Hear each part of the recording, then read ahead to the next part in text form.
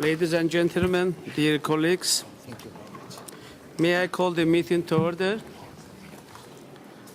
I would like to, first of all, welcome all delegates and ask all of you to switch off your mobile phones or turn silent. As you know, the agenda of the committee is made available for everyone, so I would like to invite the committee to adopt the draft agenda. Any objection? The agenda is adopted. Dear ladies and gentlemen, dear distinguished Member of Parliament, I would like again to heartily welcome each of you at meeting of the Committee on Political Affairs and Security here in Vienna, and it is a keen pleasure for me to see you again. As you are well aware, we are currently passing through a vulnerable span in OSCE region in terms of protecting the peace and stability. It is a pity that sources of conflicts causing big concerns are still in place in this region. The number of such sources sadly keeps increasing and leads to grave problems against the security. Particularly, military operations in eastern Ukraine have turned into a serious challenge against peace and security in our region. Terror also remains as a major threat in the OSCE area. All of us are very concerned about the terror acts and deaths in the heart of Europe. These terror attacks are a clear example of a fact that no country is immune from similar dangers. Moreover, prevention of incidents occurring on national and religious grounds and the solution of existing problems concerning the protection of minority rights in the OSCE area are issues of priority before us. Therefore, as the OSCE family, we should mobilize our entire abilities and pull together all our efforts in order to uproot these concerns. From this standpoint, a huge responsibility falls on the Committee on Political Affairs and Security, and taking into account we are going to hold discussions on these issues today. As you know, current year is very significant for the OSCE family.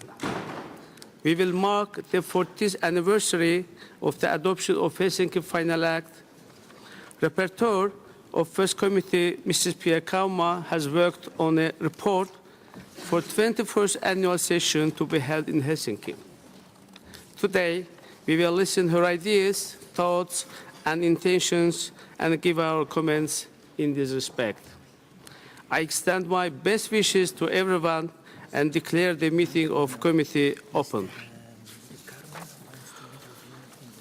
Dear ladies and gentlemen, as I said, we have a busy agenda this afternoon.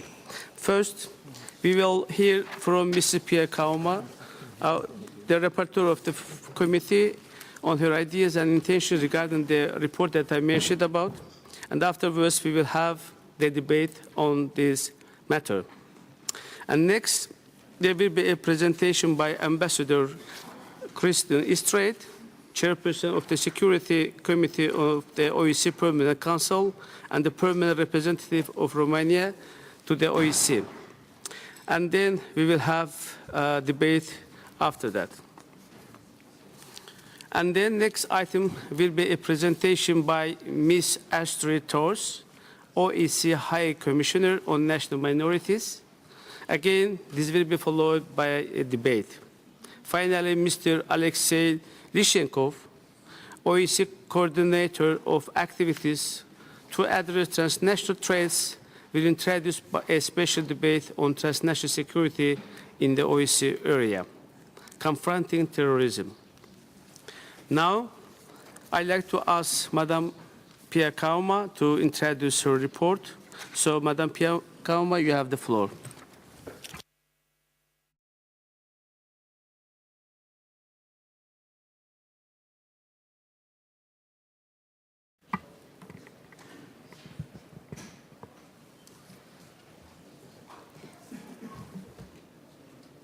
Dear Mr. Chair, ladies and gentlemen, as we all know, the year 2015 is a special year. It is the 40th anniversary of the Helsinki Final Act, which was the key founding document of the OSCE. Instead of celebrating the progress made in the implementation of the organization's core principles, we unfortunately face the worst crisis of European security since the end of the Cold War. In my speech, I will outline the most pressing security challenges that are facing the organization right now, the crisis in and around Ukraine and the fight against terrorism. I will also bring into discussion some themes and ideas for my upcoming report, and I hope this will encourage you to debate on how to move forward. Dear colleagues, for the past year, the OSCE has worked hard in pursuing a diplomatic solution to the crisis in and around Ukraine. This effort has involved high-level diplomacy and on-the-ground monitoring and military visits. The organization has repeatedly expressed grave concern of the military activities and the use of heavy weapons in the civilian areas. Preventing the conflict from spilling over beyond Ukraine's borders has been a clear priority. We must also make sure that eastern Ukraine doesn't become a frozen conflict. Worrying long list of unresolved conflicts already includes regions such as Transnistria, Nagorno-Karabakh, South Ossetia and Abkhazia. The OSCE has a direct mandate to work towards resolving them, but a lot remains to be done. The immediate and most urgent step now in Ukraine is for all sides to respect the ceasefire agreement and to start withdrawing heavy weapons from the front line. Russian Foreign Minister Sergei Lavrov has said in Munich this month, like many others, that the crisis cannot be settled by using military force. President Petro Poroshenko of Ukraine also stated in a press briefing in January that a simple military solution to the conflict does not exist. The prisoner exchange last December was a sign of the concrete steps that can be taken when the parties are committed to dialogue. Dear colleagues, the Trilateral Contact Group, which includes representatives from Ukraine, the Russian Federation and the OSCE, has played an important role in this task. It agreed on the Minsk Protocol and Memorandum in September 2014, which still represents, together with last week's Minsk Agreement, a strong basis for a peaceful settlement of the crisis. As you know, Serbia recently assumed its OSCE chairmanship. And as the current chairperson in office, Mr. Dacic, has said, the package of measures for the implementation of the Minsk agreements is yet another reminder of what can be accomplished through joint efforts. As you know, the basis for the Minsk Protocol was a ceasefire that is now to be monitored and verified by the OSCE. Last week, after 17 hours of negotiations in Minsk, Chancellor Angela Merkel of Germany stated that we should not have any illusions. An enormous amount of work is still ahead, but that the agreement presents a genuine chance of improvement, a ray of hope. We must continue to be actively engaged with all sides in the conflict. No one should be isolated or left out of the diplomatic process. The strength of the OSCE lies in its wide membership and ability to find common ground. No other regional security organization has mandate to operate in such a wide geographical area. As we all know, the OSCE is at the moment the only organization in the European security architecture which includes Russia as a member. This is especially clear after the recent disagreements in the Council of Europe. This makes the organization a critical actor in conflict prevention and resolution in Eastern Europe, but also Central Asia. It is easy to agree with what the Swiss Foreign Minister and last year's OSCE chairperson in office, Didier Burkhalter, said on his Central Asian visit last November, that there is much potential in the region and that we are always ready to engage, work on prevention and offer expertise.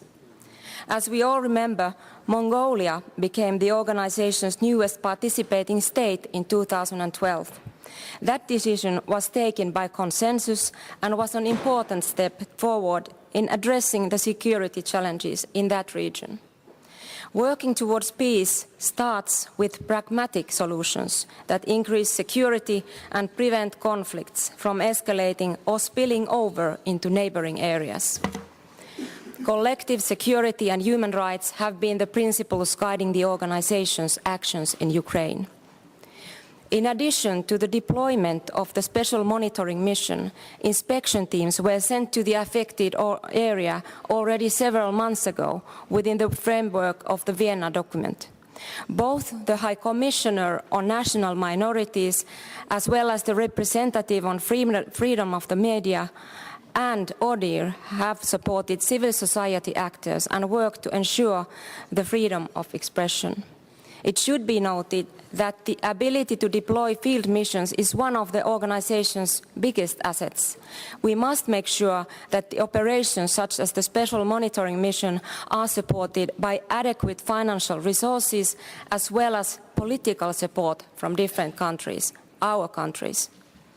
As Ukraine's President Poroshenko has repeatedly said, the expansion of the mission and the effective monitoring of the Ukrainian-Russian border will be vital to the peace process. Dear colleagues, Mr. Chair, then a few words on security challenges besides Ukraine, namely the unresolved conflicts and instability in Europe's broader neighborhood, especially in North Africa and the Middle East, are having a growing impact on security in the OSCE region. These include transnational threats such as terrorism and illegal trade in narcotics, weapons and people.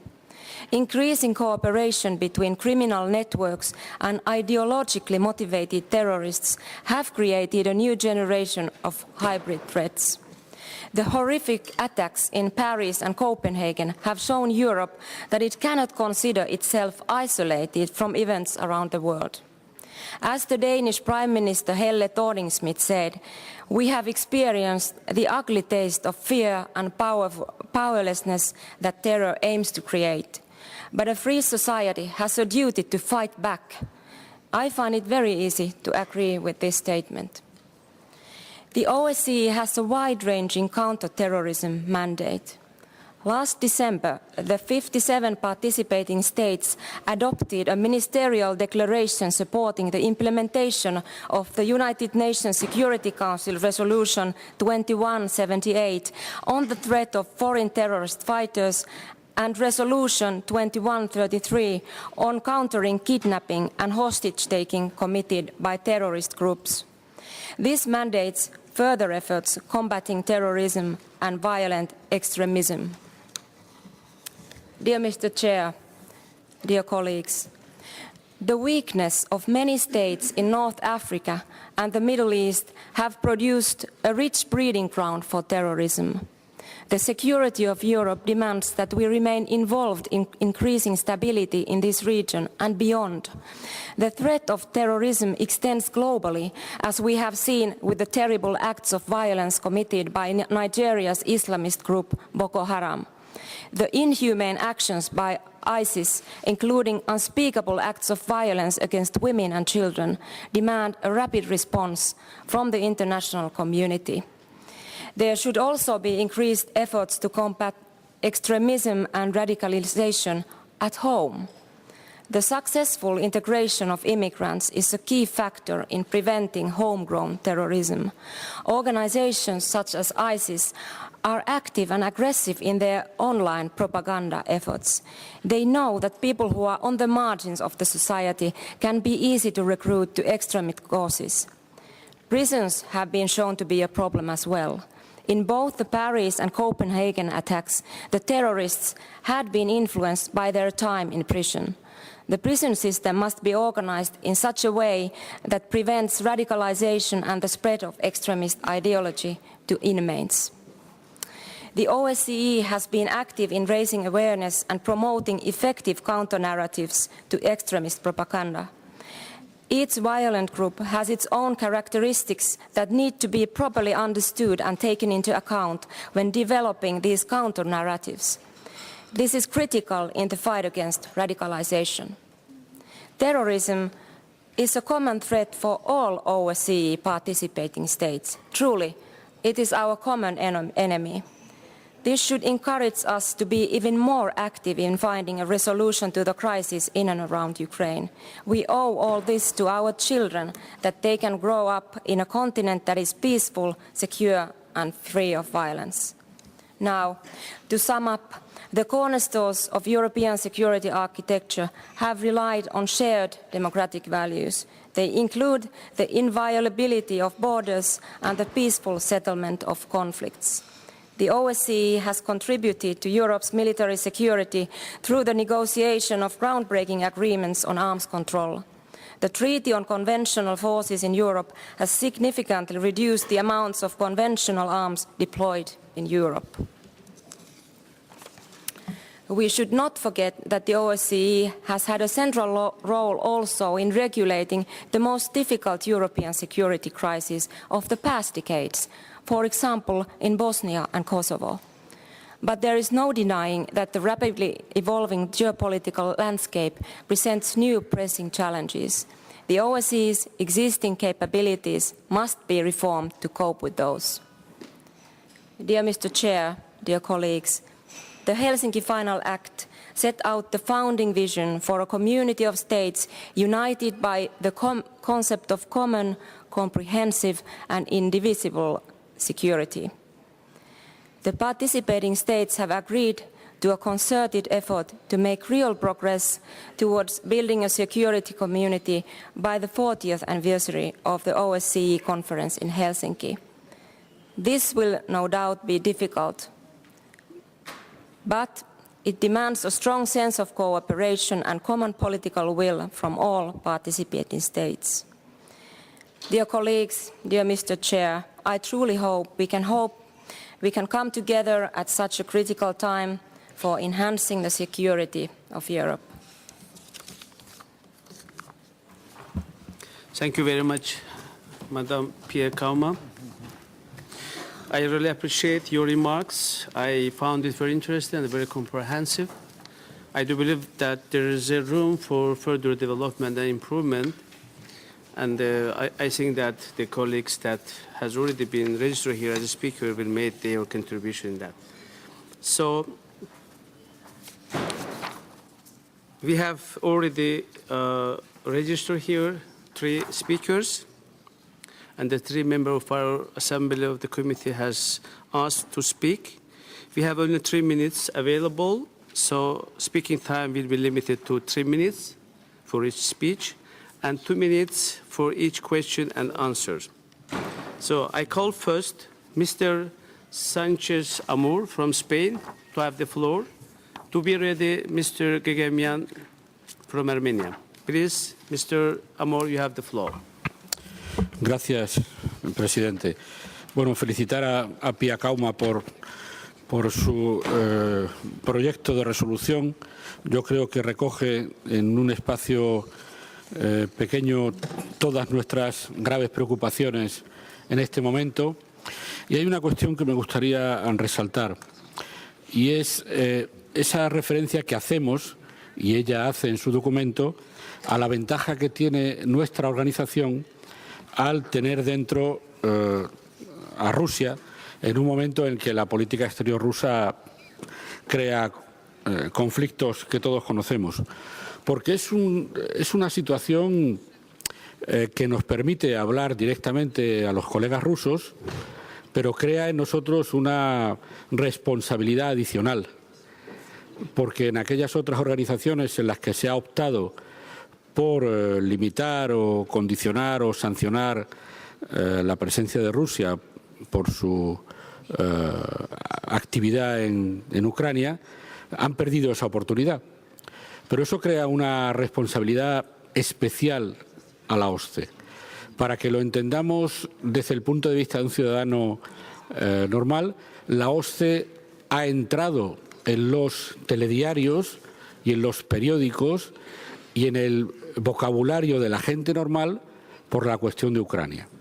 Y, por tanto, tenemos que manejar cuidadosamente esta responsabilidad que es ser el foro donde los colegas rusos pueden escuchar, como han escuchado en Bakú, nuestras críticas, yo creo que en muchos casos justificadas, pero creo también que es el lugar donde debemos escuchar nosotros, el resto de los colegas, las posiciones que ellos tengan que decir.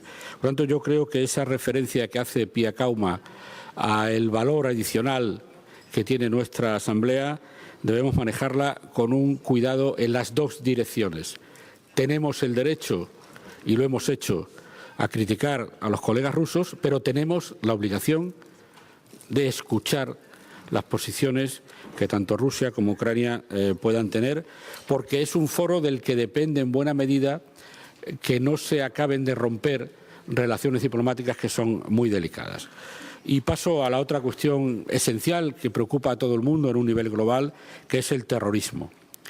Si los países miembros de la OSCE y miembros del mundo occidental democrático tenemos querellas entre nosotros, y me refiero a los conflictos que están abiertos hace muchos años, seremos más débiles para enfrentarnos a la amenaza del terrorismo global. Puede parecer una butad, pero nuestras querellas que conocemos aquí en relación con conflictos congelados, son de una escala mucho menor que la amenaza del terrorismo al mundo libre. Por tanto, debemos ser capaces en los próximos años de resolver o apaciguar esos conflictos entre nosotros para tener una mejor posición política para defendernos y atacar y enfrentar la amenaza del terrorismo global. Quizá una amenaza exterior como la que supone el terrorismo global, que ha sido citada por Pia, puede ser un buen incentivo para que nuestros problemas internos, si no se resuelvan, se apacigüen y nuestras energías políticas puedan dedicarse a enfrentar esa amenaza del terrorismo global y dejemos en la agenda otros asuntos que en la escala que supone el terrorismo global son de menor entidad y más fácilmente resolubles. Así que el apoyo de la delegación española al informe de Pia creemos que está muy bien recogido y sencillamente, si ella lo considera, estas consideraciones que yo hago, incorporarlas en su informe para el verano. Muchas gracias. Thank you very much, Mr. Amor. Now, Mr. Gegame, you have the floor. Next and the last speaker will be Mr. Aurbeko from Ukraine. Please, Mr. Gegame. Уважаемый господин председатель, уважаемые коллеги, я хочу свое выступление начать со слов Папы Римского, Франциска I. Так вот, этот мудрый понтифик в своей проповеди 4 февраля текущего года, касаясь вопросов Украины, буквально сказал следующее. Он назвал конфликт на Украине братоубийством и призвал украинских христиан к миру. Призывы понтифика к нашему большому удовлетворению живо откликнулись канцлер Германии госпожа Меркель, президент Франции господин Олланд, президент России Владимир Путин, президент Украины Петро Порошенко. Ценой неимоверных усилий удалось достичь минских договоренностей, которые прекратили массовое пагубное кровопролитие. Да, еще инциденты продолжают иметь место быть, но самое главное, массовое кровопролитие было предотвращено. Я почему об этом подчеркиваю именно в своем выступлении? Потому что если сделано хорошее дело, забывать это и заострять внимание на частностях, пытаясь демонизировать Россию, ни к чему хорошему это не приведет. Надо бы вспомнить, что в 1994 году, да, благодаря России было предотвращено другое кровопролитие на Азербайджанско-Нагорно-Карабахском фронте. Да, благодаря усилиям президента России была предотвращена катастрофа на пространстве ОБСЕ, если бы не случилось химическое разоружение Хафеза Асада Сирии. Да, благодаря усилиям России и, конечно же, канцлера Германии и президента Франции сумели предотвратить кровопролитие. И сейчас давайте в положительном ключе все мы будем действовать.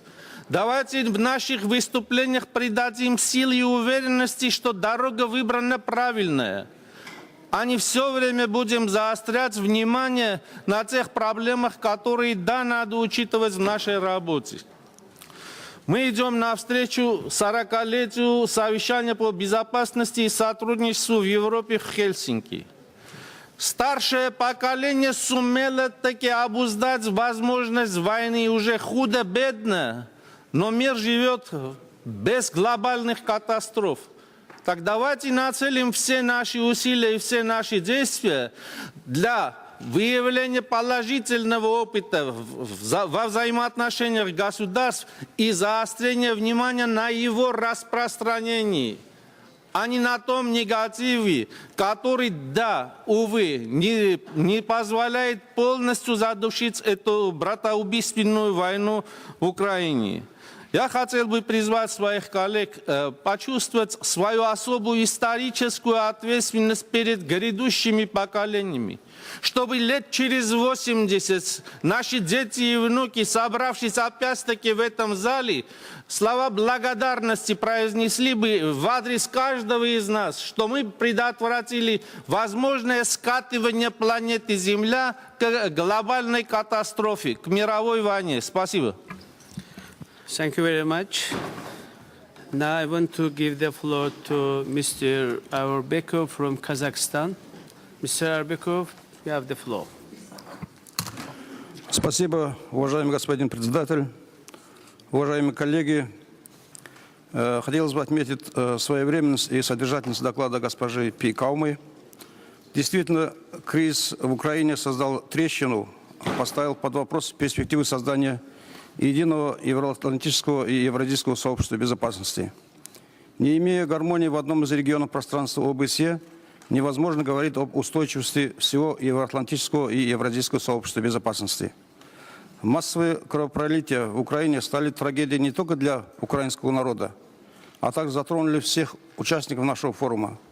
Мы высоко оцениваем и поддерживаем все инициативы действующего председательства в реализации процесса урегулирования конфликта, в том числе предложенную дорожную карту, положившую начало переговорному процессу, а также деятельность специальной мониторинговой миссии ОБСЕ в Украине и подписание Минских договоренностей.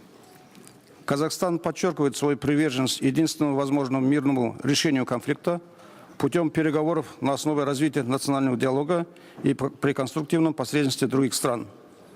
Достижение результата невозможно без учета обоюдных интересов, взаимных компромиссов и уступок. При этом долгосрочное урегулирование кризиса возможно только при соблюдении уже достигнутых договоренностей. Президент Казахстана был среди тех, кто настаивал на проведении встречи высокого уровня с целью укрепления диалога между Украиной и Россией вместе с действующей контактной группой. Казахстан заявил о необходимости реализации широкой программы помощи Украине, в которую также должны войти меры по нормализации гуманитарной ситуации в этой стране. Казахстан намерен и дальше внести свой вклад в реализацию данной программы в соответствии со своими инициативами, выдвинутыми в ходе Минского саммита в августе прошлого года. Нам надо найти линию соприкосновения интересов Евразийского и Европейского Союза. Казахстан заинтересован в том, чтобы экономика нашей страны не пострадала от введения взаимных санкций Запада и России и в поиске политического решения по нейтрализации негативных санкционных последствий. Мы не хотели бы, чтобы эта ситуация негативно влияла на развитие взаимовыгодных торгово-экономических отношений как с Украиной и западными странами, так и с Россией. Спасибо за внимание. Thank you very much, Mr. Arbekov, for your remarks. Now, I'd like to inform you that we have already 20 speakers listed from the special debate. So I must conclude these debates within the time frame that have been allocated for us. So I hereby ask to close the list for debates, and I think it will be enough to have for about 3 minutes for each debate. But now we finished debate on the draft report that prepared and presented by Mrs. Kauma. I wish all the best, Mrs. Kauma. I think you will have a time to get the feedback from the members, as well as to work on that and articulate and to be ready for the next Bureau meeting or for the Helsinki annual session. So now next item is about the presentation by Ambassador Christian Strait, Chairperson of the Security Committee of the OSCE Permanent Council and the Permanent Representative of Romania to the OSCE. Mr. Ambassador, you have the floor.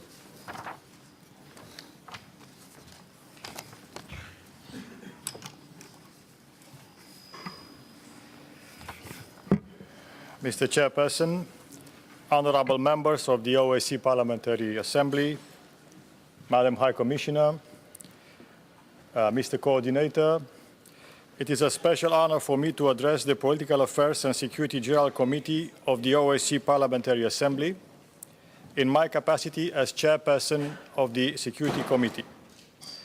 I am mostly honored to present the priorities of our work program before a body which not only provides an effective platform for the parliamentarians to exchange views on OSCE political and security affairs, but also plays an important role in ensuring that the expectations of the citizens from Vancouver to Vladivostok are well reflected on our respective agendas. 2015 started with the heinous terrorist attacks in France and continued with barbaric executions by Daesh, and more recently with another terrorist attack in Copenhagen. While we deplore victims, we cannot but emphasize the ever-evolving pattern of the terrorist threat. Expectations are high for OSCE to bring relevant contribution to counter-terrorism in its multiple cross-dimensional aspects, mindful at the same time of the need to defend the organization values and fundamental principles.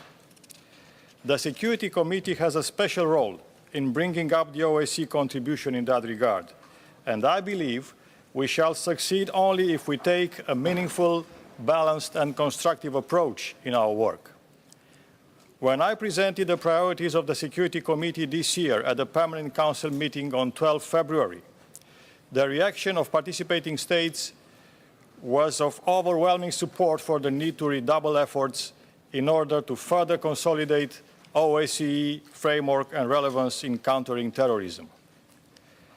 Let me welcome the ongoing White House Summit on Countering Violent Extremism, where the OSCE was represented by the Secretary General, Ambassador Zanier. The summit addressed concrete steps to develop community-oriented approaches to counter hateful extremist ideologies that radicalize, recruit, or incite to violence.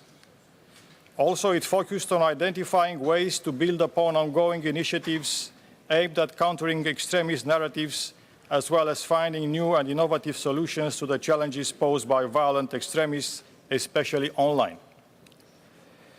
Countering violent extremism and radicalization that leads to terrorism is an important niche of action for the OSCE, and I will seek to integrate the outcomes of such initiatives that I referred to before into the Security Committee's activity in order to ensure that the OSCE efforts to counter terrorism are in sync with global démarches.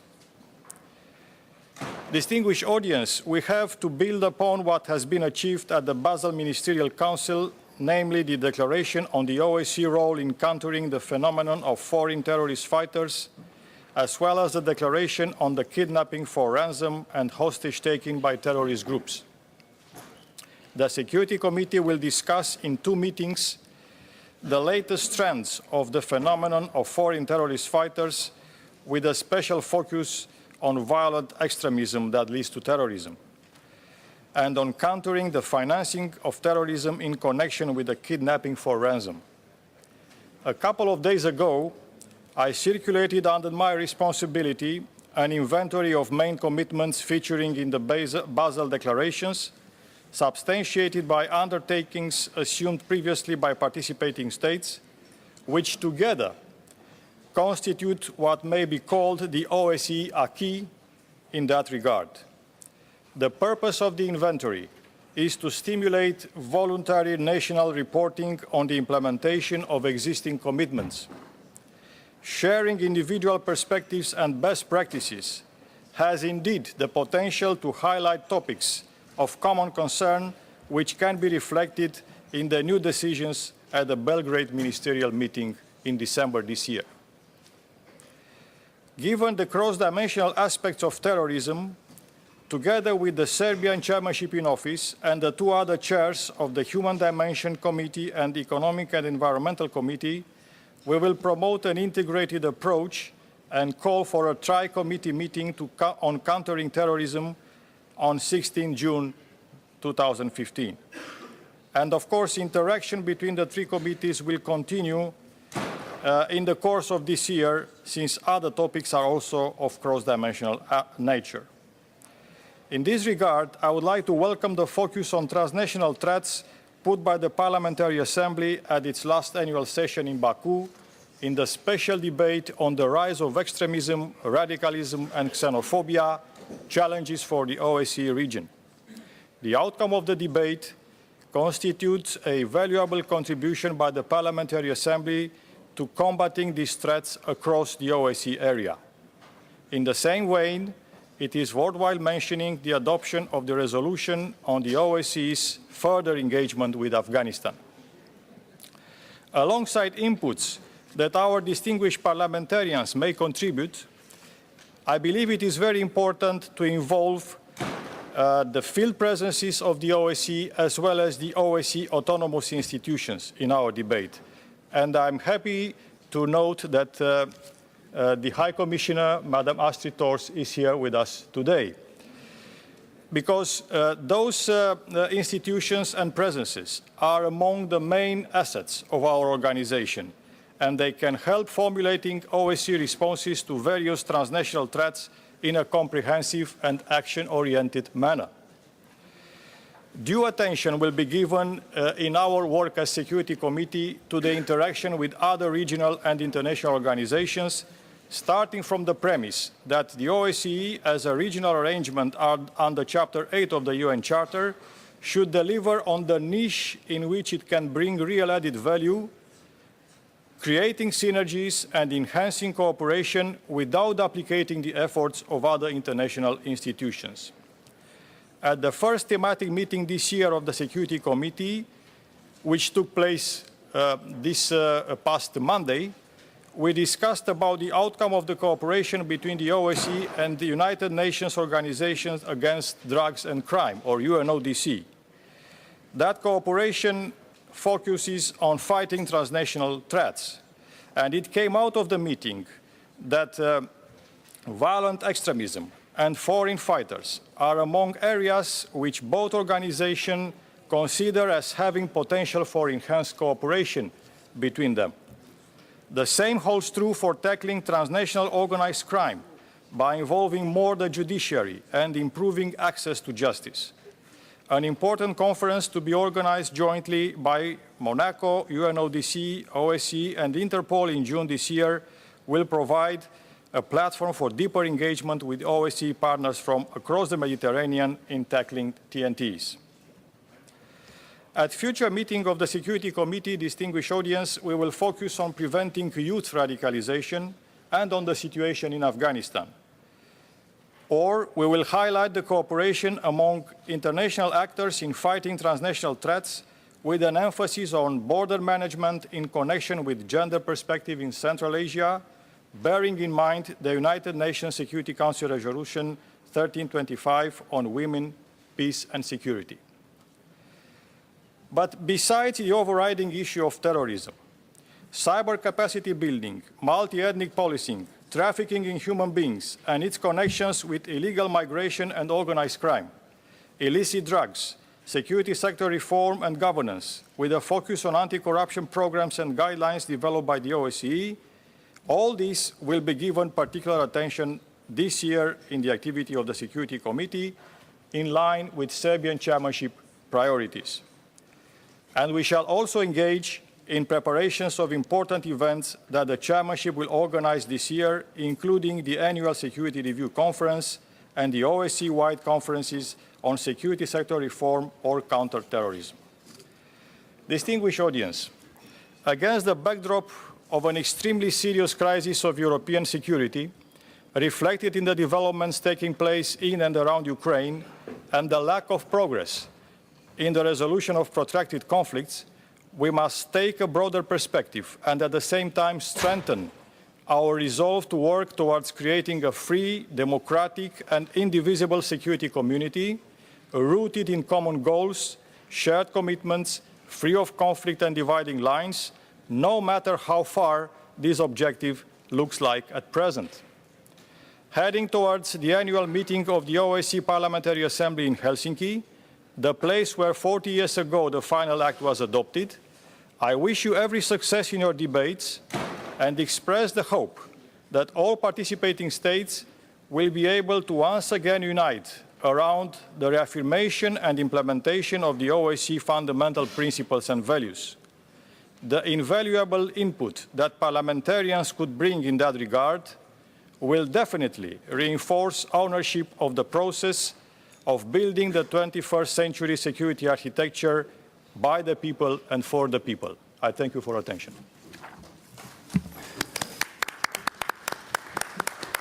Thank you very much, Mr. Ambassador, for your interesting presentation.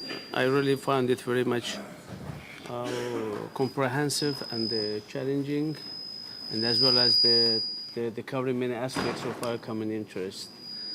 I don't have anyone wishing to speak on the presentation, so I'd like to move on and to move the item number 5. I'd like to introduce Mrs. Astrid Thors, OSCE High Commissioner on National Minorities, and kindly ask Ms. Thors to take the floor. Please.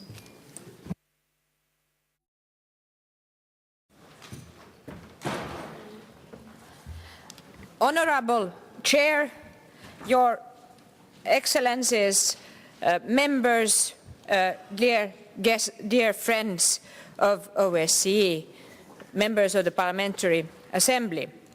I do really appreciate this possibility to speak before your Committee on Political Affairs and Security, because, as you know, the High Commissioner on National Minorities is a conflict prevention instrument anchored in the political and military dimension of the OSCE.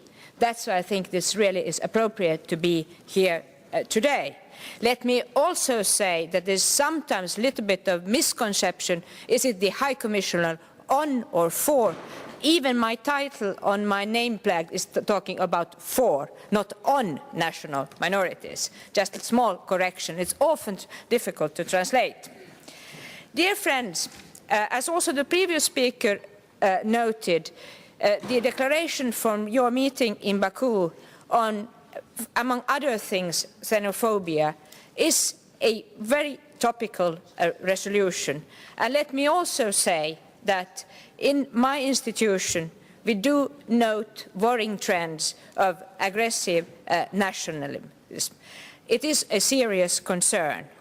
We have more and more a tendency to speak about us and them.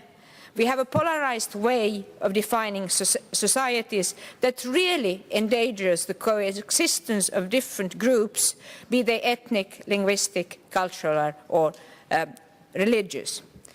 And this, let's say, aggressive nationalism may also lead, for instance, to discrimination of persons belonging to national minorities.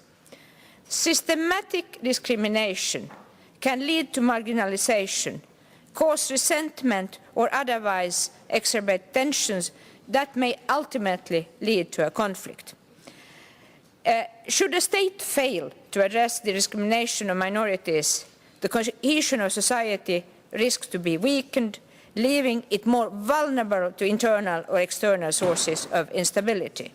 May I say that during my travels, during the 1.5 years that I have had the honor of serving in this position, I have seen how recruiting to radicalization might take place if the minority does not see a future for them in the society where they are living, in the country where they are living. Discrimination is the kind of first sign that marginalization will happen, and then that can lead further to the instability of societies, the contrary to what we want to have. In addition to aggressive nationalism, and a kind of related to that is another serious concern for my institution, and that is the increasing tendency for so-called kin state activism.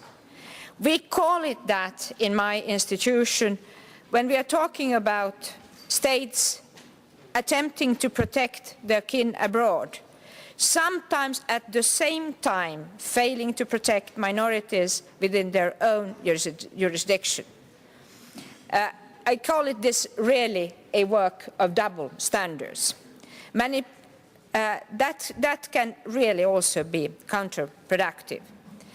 But may I also say, and I think it's clear for you, we are witnessing instrumentalization of misuse of national minority issues for the purposes of wider political games in the OSCE area. The victims of these instrumentalizations are the minorities in need of protection. And I hope that this misuse will not lead to you as politicians to lower standards of minority protection. Instead of a race to the bottom, I hope participating states and you as politicians will compete in having the best standards.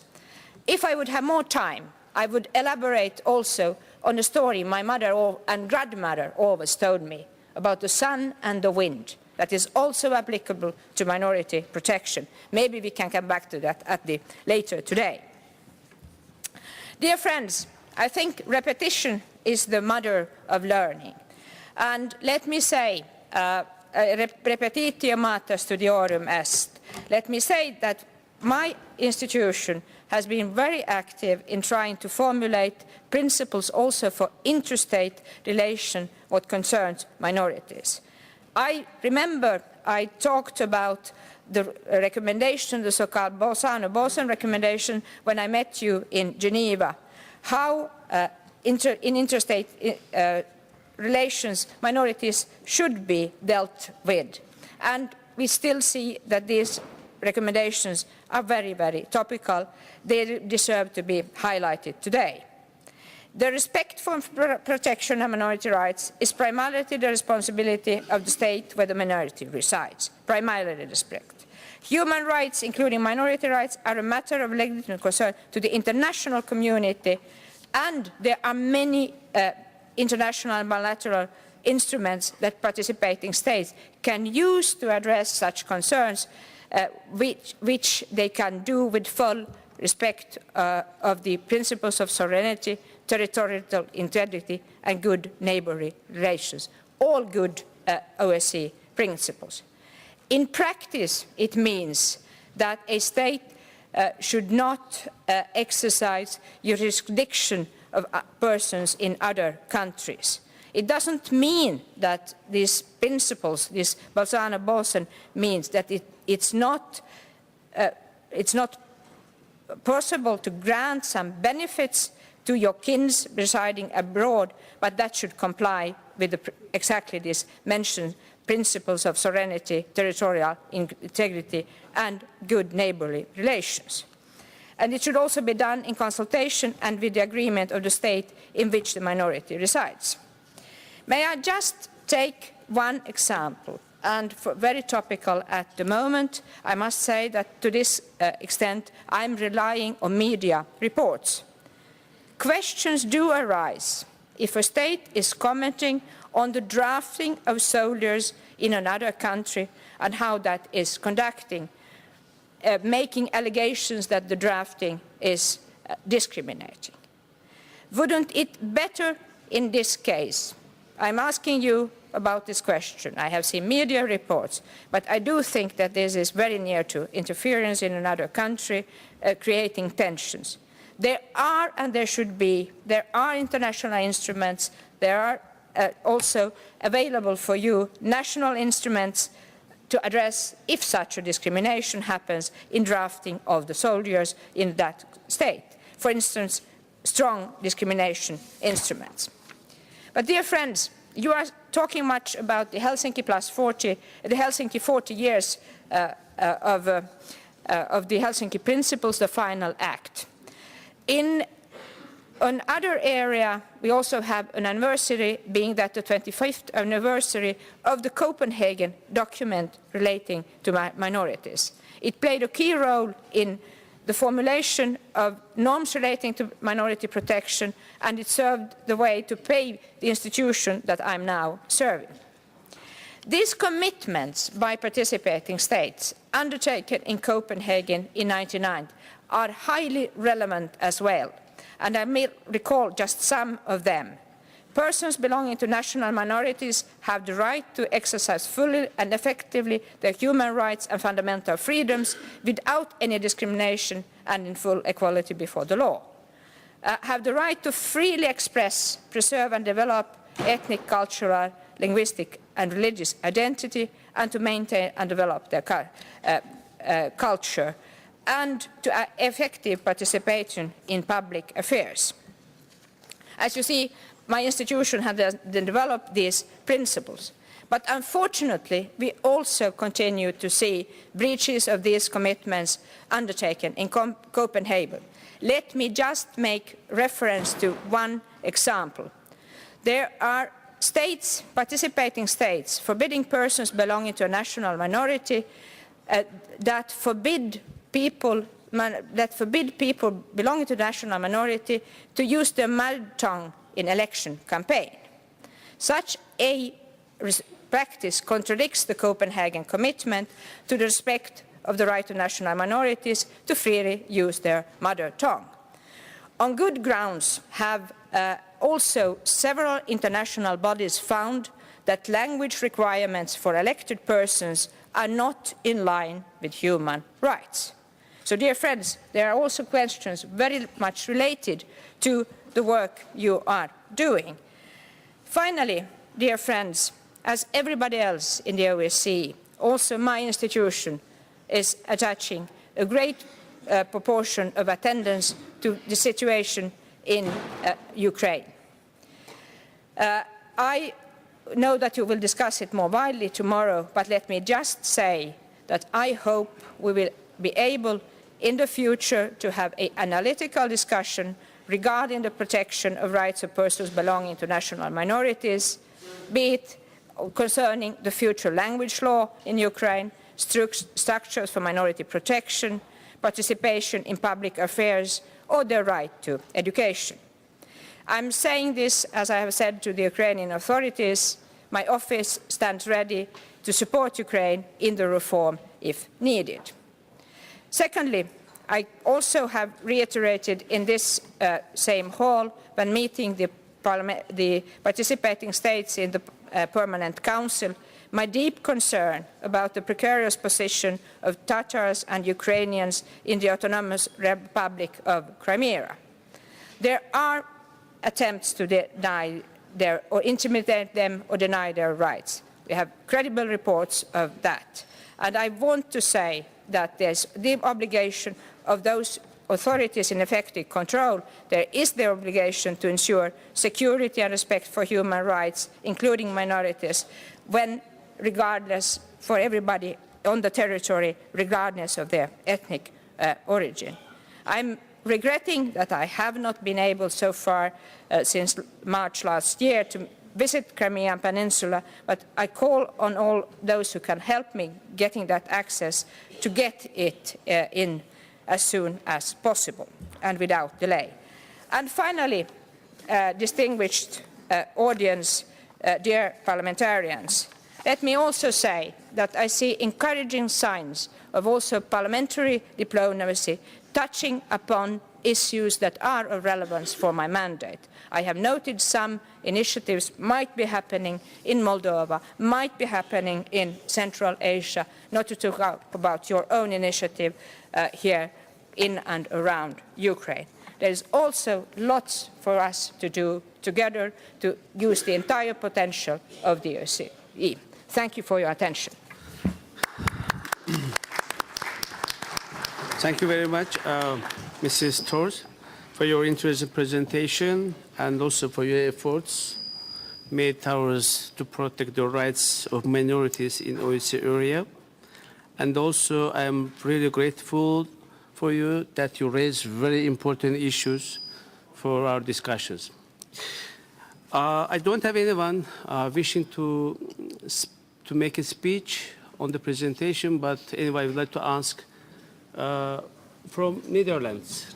Please, you have the floor.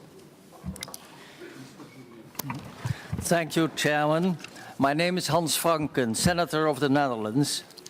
I would like to say that we appreciate the work of the High Commissioner very much and the endeavors she has showed up till now to fulfill her important work.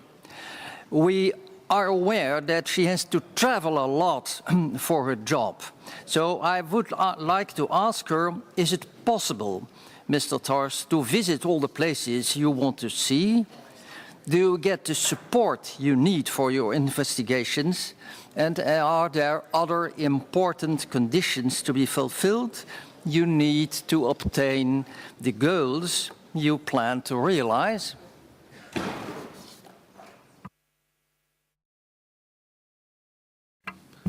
Thank you very much. I have 3 and 4.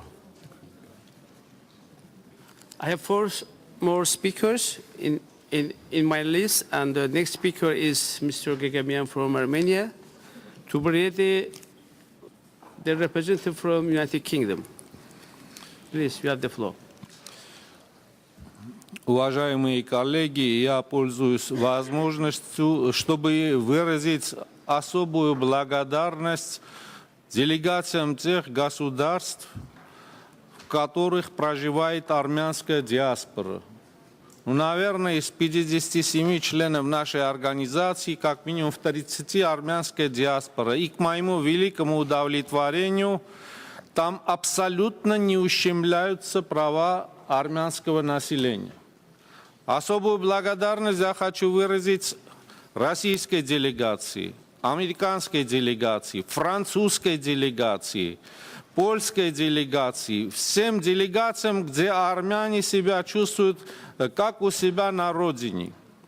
Особо хочу подчеркнуть, что армянская диаспора буквально не обделена ни одним фактором, который ущемляет чувство национального достоинства в Исламской Республике Иран. Это очень существенный фактор, потому что представители древнейшей христианской цивилизации гостят фактически у представителей древнейшей исламской цивилизации. Я далеко не случайно этот пример привел, лишь с желанием подчеркнуть, что если правильно строится национальная политика, никаких проблем не может возникнуть. Если где-то в какой-то стране ущемляются права национальных меньшинств, это не вина народов, населяющих эти страны. Это вина горе-политиков, которые хотят заручиться поддержкой того или иного национального меньшинства или же хотят заручиться поддержкой экстремистски настроенных жителей данной страны. Поэтому, опять-таки, будет, наверное, правильно с методологической точки зрения, когда мы, упоминая притеснение национальных меньшинств, больше внимания будем обращать на те случаи, где такого притеснения нет. и постараемся глубоко вникнуть в причины этого явления, чтобы на положительном опыте, на положительном примере строить всю нашу политику.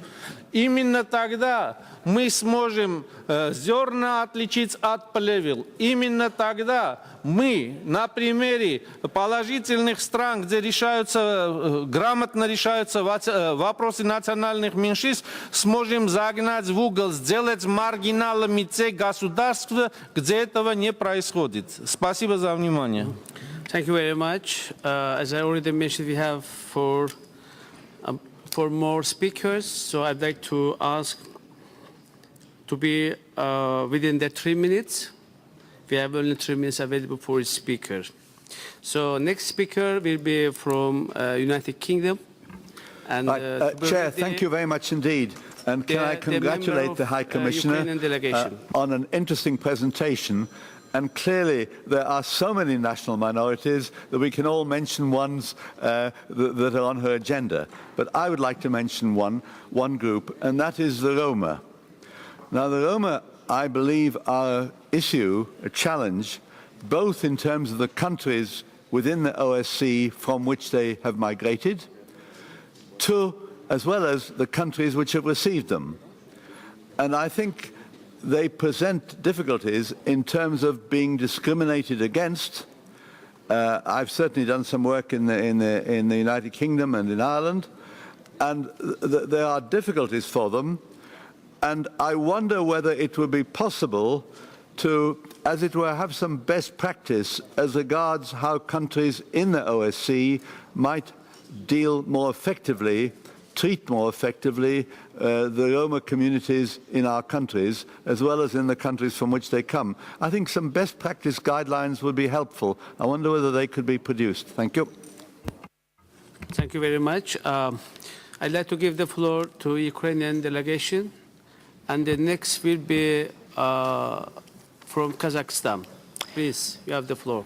Thank you. I would like to thank Ms. Torres for her interesting presentation. And in this regard, on behalf of Ukrainian delegation, we would like to express a deep concern about the alarming tendency of increasing repressions, serious human rights violations, and discrimination against Crimean Tatar national minority and ethnic Ukrainians at the Crimea.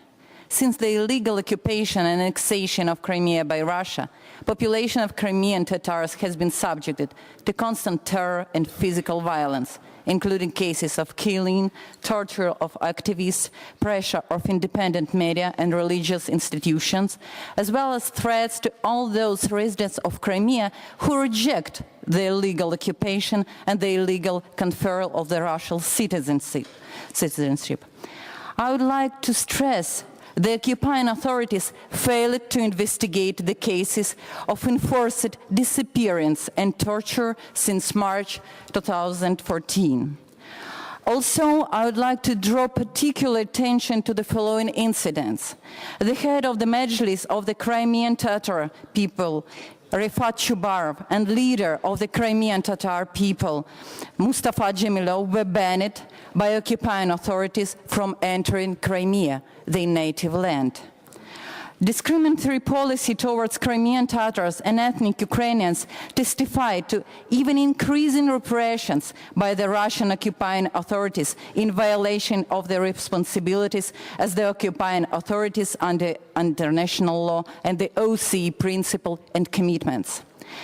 We invite OSCE High Commissioner on National Minorities to take as a matter of priority the current grave situation with the national minorities' rights in the occupied Crimea. We highly appreciate her intention to visit Crimea, as the need in the High Commissioner's visit to the occupied Crimea to assess the national minorities' rights situation on the ground. Such visits should be undertaken in line with the UNJ resolution, territorial integrity of the Ukraine. So we appeal to OSCE for support in your words and in your deeds. Thank you for attention. Thank you very much. Next speaker is from Kazakhstan, and the last one I'd like to announce Representative of Italy. Please, you have the floor. Спасибо, господин председатель. Уважаемые коллеги, я хотел бы тоже поддержать выступление госпожи Астрид Торе, Верховного комиссара по делам нацменьшинств, и разделить ее озабоченность положением нацменьшинств в зоне действия принципа ОБСЕ. Буквально, надо сказать, мы с ней имели сегодня весьма интересную, нужную встречу, где обменялись мнениями с положением нацменьшинств, этносов в Казахстане. И это не случайно. Надо сказать, что в течение последних нескольких лет Верховный комиссар поддерживает подготовку группы экспертов ежемесячного мониторингового отчета по стране в вопросах межэтнических отношений в Казахстане. Отчет, надо сказать, доступен представителям власти Казахстана и Ассамблеи народа Казахстана. Отчеты направлены на обеспечение лучшего понимания межэтнических и социальных процессов в стране и использование как способ для предупреждения представителей власти о любых частных трениях, возникающих на межэтнической основе. Принципы толерантности и недискриминации исключительно важны для Казахстана, являющегося сегодня полиэтническим и поликонфессиональным государством. Как вам известно, по инициативе президента Казахстана 20 лет назад, в первые годы нашей независимости, была учреждена Ассамблея народа Казахстана, в состав которой сегодня входит более 200 культурно-этнических центров. В этом году в Астане состоятся юбилейные мероприятия. И уникальный форум, объединяющий столь важных представителей всех этносов в желании привнести свой вклад в поиск ответов новым вызовам современности и в разрезе всеобщей безопасности. Мы готовы в этом направлении работать очень тесно с Верховным комиссаром. Пожелаем ей успехов в ее деятельности. Спасибо за внимание. Thank you very much. Last speaker in my list is Mr. Divini from Italy. Mr. Divini, you have the floor.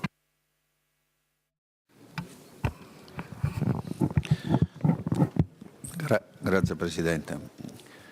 Io vorrei fare una piccola ma significativa distinzione. Cioè, quando parliamo di minoranze, innanzitutto dobbiamo capire a quale fenomeno facciamo riferimento.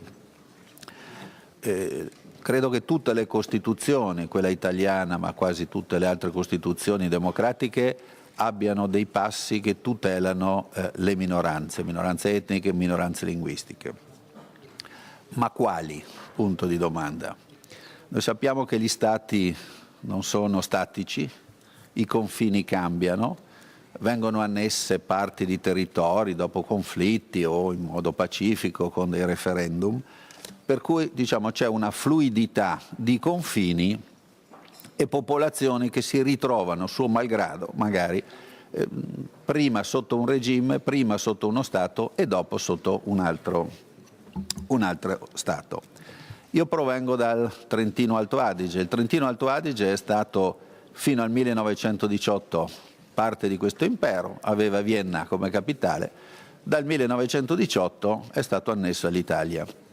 La minoranza dell'Alto Adige non si è mai spostata, la gente era sempre quella, le persone erano sempre sullo stesso posto, dovevamo garantire che quella componente, che tra l'altro parlava anche un'altra lingua, perché la lingua madre era il tedesco, doveva essere garantita ancorché trasferita sotto lo Stato italiano. Qua si rischia di far confusione e definire minoranze altri fenomeni, cioè chi emigra per ragioni le più diverse sa in quale paese si va a trasferire. Va in un paese di cui dovrebbe conoscere stili di vita, consuetudini, comunque le regole, e dovrebbe in primis sapere ed accettare quei costumi di vita, quelle regole del paese che lo sta ospitando. Se noi pretendiamo di definire questa nuova categoria come minoranze solo perché hanno costumi di vita diversi e regole diverse, finiamo per entrare nel caos. Noi pensiamo a quante norme, quante regole di vita diverse dai sistemi occidentali hanno per esempio i provenienti dai paesi islamici. Possiamo noi fare delle regole nei nostri paesi che valgono solo per gli autoctoni e derogare per le altre persone perché hanno costumi e stili di vita diversi? Questo sarebbe un gravissimo pericolo perché andremo quasi a discriminare a questo punto a rovescio. Per cui vorrei fare una piccola puntualizzazione. Quando parliamo di minoranze dobbiamo sapere a che fenomeno, a che concetto esattamente ci riferiamo. Grazie. Thank you very much, Mr. Divina. There were a number of questions raised by our distinguished members. Maybe I'd like to ask Mrs. Torres if you have any remarks, any explanation or clarification. Please, you have the floor, Mrs. Torres. Well, thank you for your questions and thank you for your express of support. May I, to the Honourable Dutch Senator, say that no, I'm not able to visit all countries that I have made intention to visit. And this is something that we have been discussing also with members in the Permanent Council and people looking at the future inside the Permanent Council, maybe how to make things more efficient. One idea that has been floating is that it would be necessary to have a kind of standing invitation and in that way make the work efficient. It's then what possibility are there to do the work that is needed? I'm very grateful for the host country where my office is for the contribution and the beautiful surroundings we can enjoy.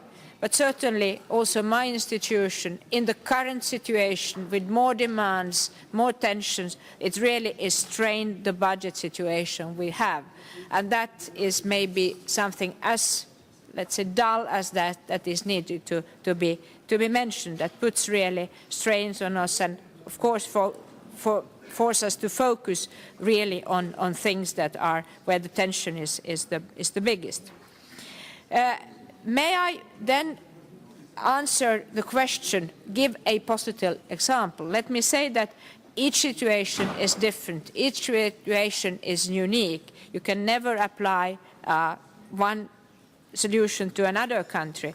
But still you can draw from these good examples. And we know that the next chair, Germany and the Danish border have really a good way how they did solve their situation. I want to mention it because I visited northern Germany not so many weeks ago, and you can really see how the conflict, the grievances had been undone there, and there is a wish to use the potential of having many cultures there present at the German-Danish border, even though I want to say that situation is different in any place. The question of Roma is always topical, and we know and we should be proud of the OSCE 2004 action plan on Roma. It was, I think, it was there before any other international instrument. I'm appalled when I'm moving around and discussing with other international organizations, like those who are responsible in EU for discrimination, that they don't know about this action plan and the entire work that has been done. The first High Commissioner, Max van der Stoel, did a remarkable job when he made the studies and made a suggestion for this action plan. In that action plan, the main responsibility for the Roma and Sinti issues is put on ODIHR, but also my institution has been given some responsibility there. And certainly the way we are evaluating the action plan gives us some information on the best practice. I think it is important for all us to recognize, for instance, that there must be a long-term solution, that we must put emphasis on education, that we must avoid segregation in the education, but also that every child in Europe has the right to identity in order not to be denied services, to be denied access to the future. I must also commend my esteemed predecessor, Knut Vollebæk, who is now leading a truth commission on Roma and Sinti issues in his native country, Norway.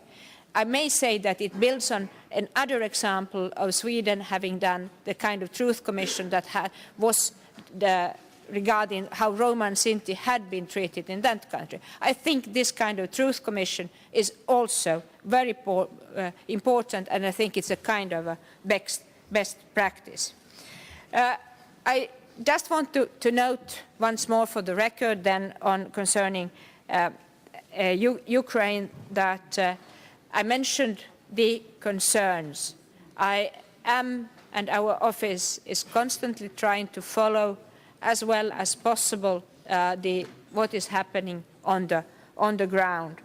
And certainly, as I say, I am requesting to have access to Crimea in order to assess the situation, what is happening in Crimea. I want to say explicitly that. Finally, the two last interventions, thank you for the support from Kazakhstan. Yes, we are engaged in many ways. The last and difficult question comes always sometimes there. What is a national minority? I think my institution has been exactly set up to, let's say, make the disadvantage of borders having been moved in Europe, making these disadvantages as small as possible, so that you can, wherever you are residing, can enjoy and develop fully in that. It means also that you must integrate into the society where you are. The scope, the national minority, has not been defined in the mandate of the High Commission. Neither has it been defined in the Framework Convention, that is one of the guiding principles of the Framework Convention of the Council of Europe. But I'm so fond of the expression used by Max van der Stoel when he said, "I know when I see a national minority." That doesn't mean that there are some principles of integration that has been established by my institution that could also be used for integrating newcomers. The respect by everybody for the rule of law in the countries where they are residing, the respect for human rights. These are principles, the integration principles can be workable also with newcomers, but may I say that my institution is developing exactly this, more to say traditional minorities, but I don't want really to use that little bit divisive term as well. But thank you for the support, thank you for the possibility to discuss these questions, and once more, I hope always to see you as OSCE parliamentarians when I'm visiting a country, and I really do also encourage you to get in touch if you have some ideas for the parliamentary diplomacy that could help in solving some tensions around minority issues. Thank you very much, Mrs. Thors, for your remarks, for your thoughts, and also for joining today's committee meeting and making such a good presentation and also answering the questions. I also very grateful to you, dear colleagues, for your active participation in that debate. Now, with your permission, I'd like to move on the next item, which is about transnational security in the OSCE area, confronting terrorism.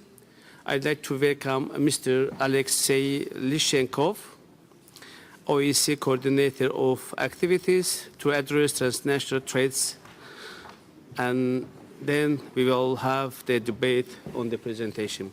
So, Mr. Lishenkov, you have the floor. Thank you, Mr. Chairman, Excellencies, ladies and gentlemen. It's a pleasure and an honor to be here today with you to address the Committee on Political Affairs and Security of the OSCE Parliamentary Assembly, as I last briefed you on the activities of the OSCE in countering terrorism in the year 2013 at the Parliamentary Assembly in Budva. Since that time, quite a significant period has passed, and unfortunately, transnational threats, including terrorism, continue to evolve. recent terrorist attacks in Paris, in Copenhagen, the barbaric executions of hostages by ISIL in Libya and western Iraq, other horrific acts of terrorism around the world, unfortunately too numerous to mention all of them, are constant reminders that the only way to effectively confront terrorism is to strengthen counter-terrorism cooperation. Within the OSCE context, we need to tackle terrorist threats together as a security community. What is our current mandate to counter terrorism? As the largest regional organization under the Chapter 8 of the United Nations Charter, the OSCE plays an important role in addressing terrorism. Participating states have stressed that counterterrorism must be built upon a comprehensive approach to security in the three OSCE dimensions of security: politico-military, economic and environmental, and human dimensions.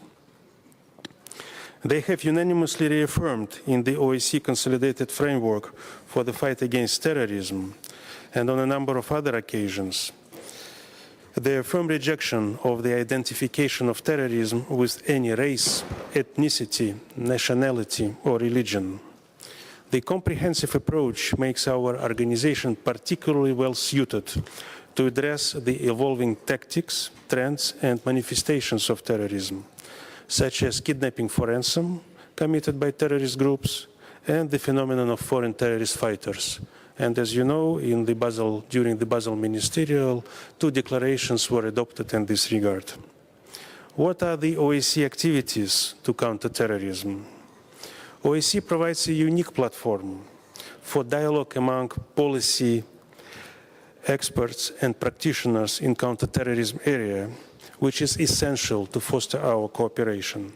Since 2012, we hold annual OSCE-wide counterterrorism conferences. In the year 2012, we addressed strengthening regional cooperation. In the year 2013, we discussed priority issues for international cooperation in the fight against terrorism. Last year, we addressed the role of the OSCE in dealing with terrorist challenges. The OSCE also organizes sub-regional and national activities to promote good practices and networking among experts, to raise awareness and to build capacity among governments, civil society, and businesses. Let me give you just 2 brief examples. To counter violent extremism and radicalization that lead to terrorism, OSCE promotes a multidimensional and multi-stakeholder approach, including interagency collaboration and public-private partnerships. Over the past 3 years, we have organized 10 national seminars, of course together with the OSCE field operations. Last year, we published a guidebook on preventing terrorism and countering violent extremism and radicalization that lead to terrorism.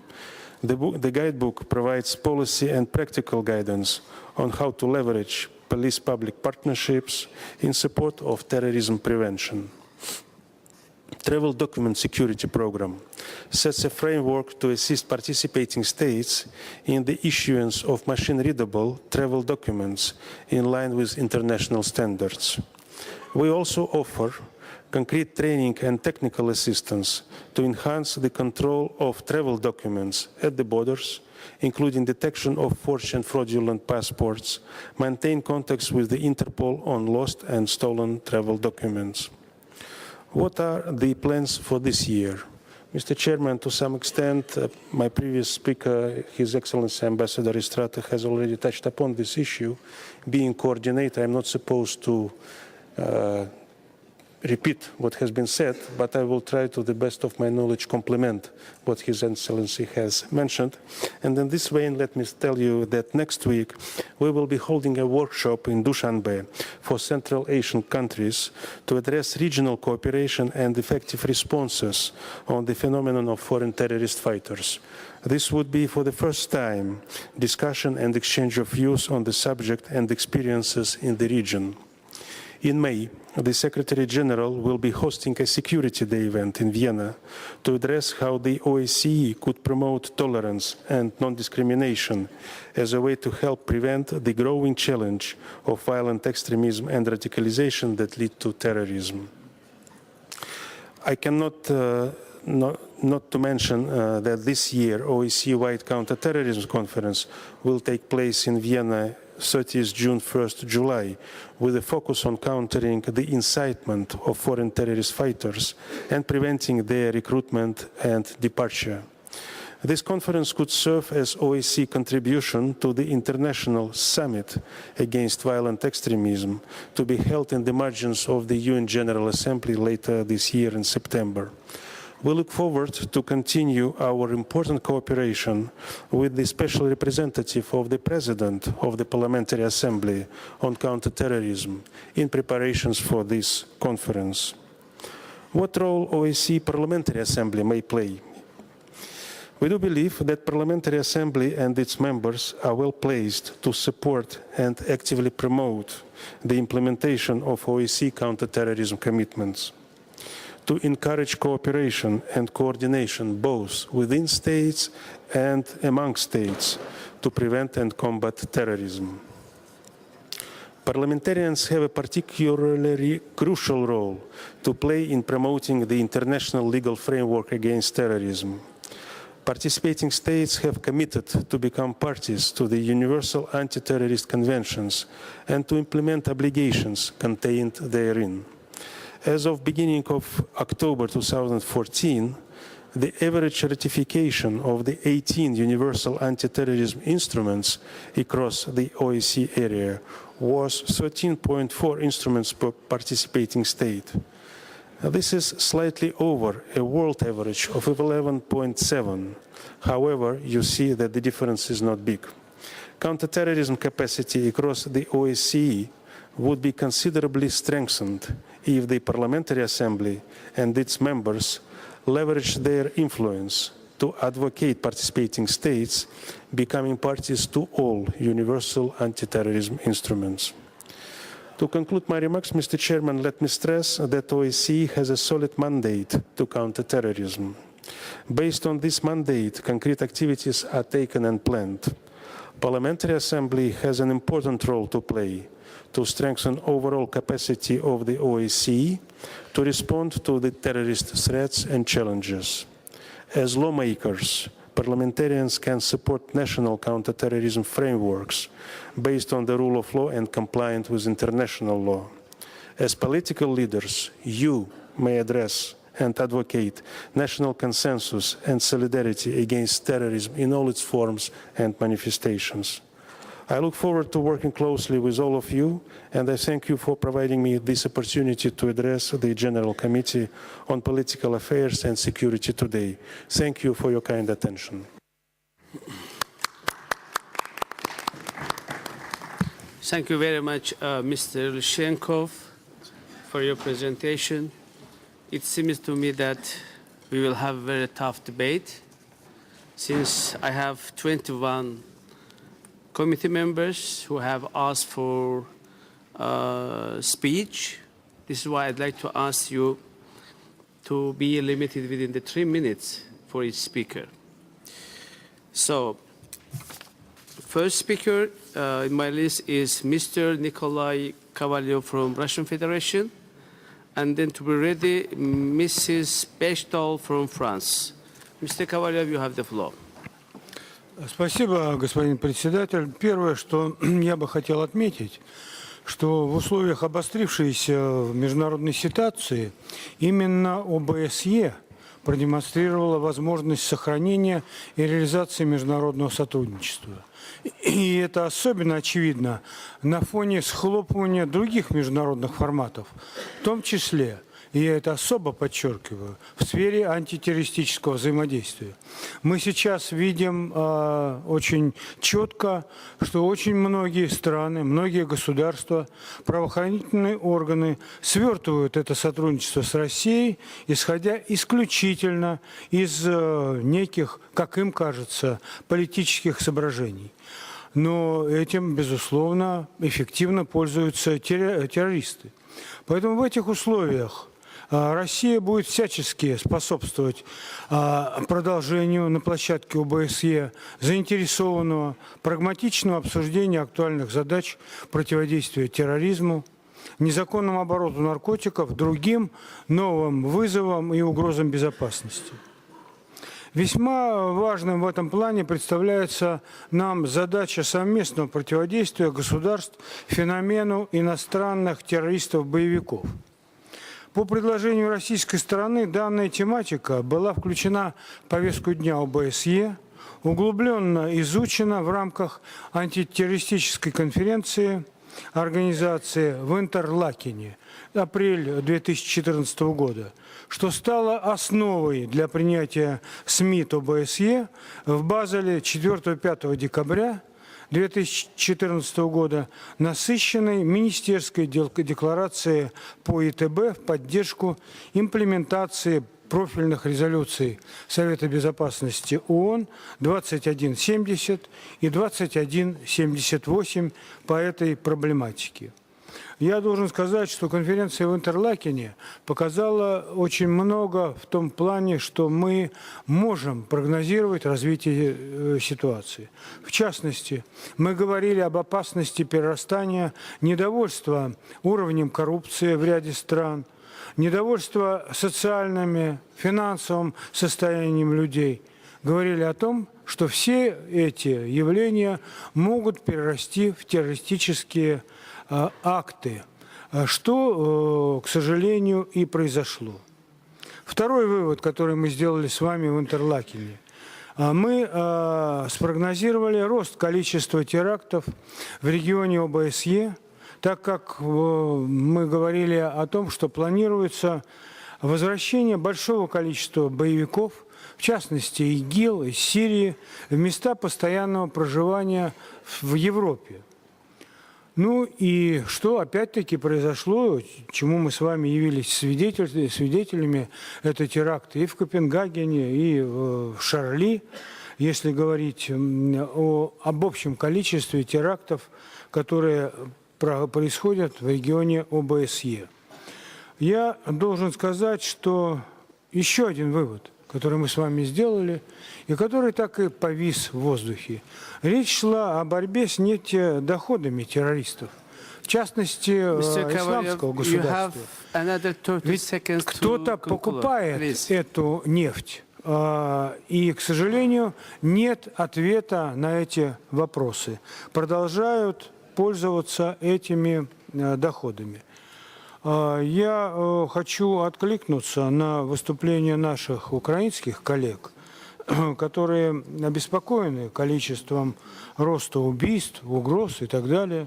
Вы знаете, мы с предыдущим коллективом, с предыдущей делегацией договорились об обмене подобного рода информацией и о том, что мы будем всеми имеющимися возможностями парламентского контроля, парламентскими запросами будем содействовать этим расследованиям. К сожалению, вот эта деятельность контактной группы по урегулированию ситуации на Юго-Востоке Украины немножко заморожена. Я очень надеюсь, что эта сессия подтолкнет к активным действиям в этом направлении. Мы к такой работе готовы. Спасибо. Thank you. Thank you very much, Mr. Kavalyev. I know that you are a special representative on anti-terrorism and you have many things to tell and explain and to deliver. I really appreciate your remark and your speech. And the next speaker is Mrs. Bechtal from France. To be ready, Mrs. Bahar Muradova from Azerbaijan. Mr. Bechtal, you have the floor.